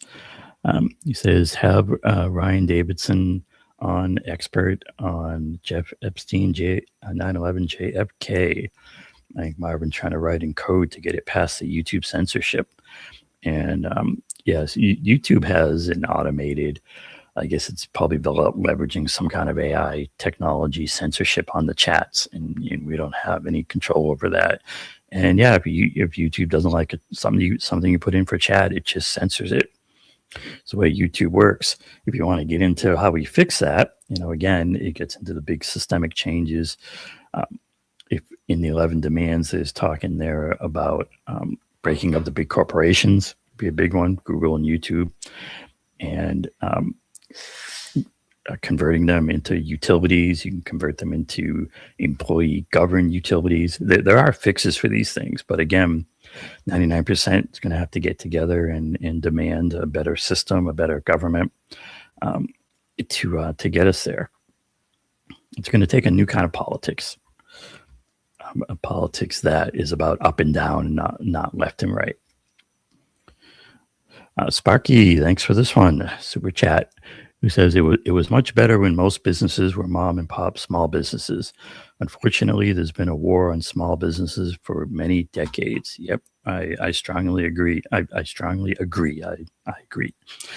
And it's one of the tricks that I don't know if I want to call them Republicans, because anytime we differentiate between Republicans and Democrats, I think we're playing into this game. But it's a right-wing trick, I'd put it that way, of trying to commingle, trying to mix up small businesses and big businesses. If our government worked for the 99%, they would be big sponsors of small businesses. Something like the Small Business Association would really be out there looking out for small businesses. We'd be breaking up the huge corporations. Instead, our government operates the other way. But we want to be careful that when we say businesses and corporations and whatnot, we differentiate. And we're really talking about the big boys that are the problem. And the small businesses need to be boosted and helped, because they're part of the 99% and they employ a lot of people. And thanks as well, Sparky. You said the post office, as far as good jobs for blacks in the old days. There you go. And I should have had this set up a second ago. Yeah, I'm just about set up here. We got a couple on the rumbles before we call it a night here. Here's some. And there we go. All right. Thanks for this rumble rant from the Tropical Rocket, who says, the problem I have with libs, sorry, the scrolling's a little touchy here. There we go. The problem I have with libs these days is, sorry, I'm having a little trouble with, there we go. The problem I have with libs these days is they think that a Bachelor of Science degree or BS degree entitles them to a job. The left needs to go back to supporting workers. Now, a comment like that, it is interesting because you really have to get into definitions, right? You got liberals versus progressives, real progressive. You got the left versus the real, what I might call the real left. It's kind of like, who you call on left, and if you're looking at liberal left and Democratic Party, then yeah, I certainly agree that the Democratic Party has abandoned workers, and they're really a false opposition party. You have, really the Republicans and the Democrats working in the same interest, the billionaire interest, not in the interest of workers, working people. It's just one of the parties is more obvious about it, and and one of the other party is sneaky. So I would just say our politics should be more about up and down. and about those kind of class issues and those, billionaire, the Epstein class. We really need to know our enemy, and our enemy is at the very top, and they corrupt the whole system. And we need to get together as 99%, decorrupt our government, and revamp it into a government that works for the 99%. Get a little more in the queue here. Here we go. And thanks also for this one, Tropical Rocket, who says classical economics is totally wrong. There is a free lunch. It's called rent seeking, and BS money constantly funnels it up to people that already own it. Yep, I hear you. There's the rich get richer. If you want to have $100 million, the first thing is to start with $10 million, and you can turn it into that. And so our challenge is then, what do we do about that? The way money operates, the federal government can create money at whim. The problem is they create it in it all, not all, but the vast majority ends up in that billionaire class. So part of our demands is to say that money needs to be operating in the interests of the 99% of the vast majority of the people, not that top 0.1%. All right, I've rambled on here enough, but as always, we'll be talking about that and more here on this show. Be live next in a couple of days there on Sunday at our usual spot at 5 p.m. Eastern time. We'll see what we talk about then. As always, you can check out 11 Demands for more of that kind of stuff, and you'll see what we got for you. Until then, I'll say the usual. Have a good night. Keep up the fight. Thanks everyone for tuning in, for the super chats and the kind comments as always. And we'll see you all next time. Have a good one.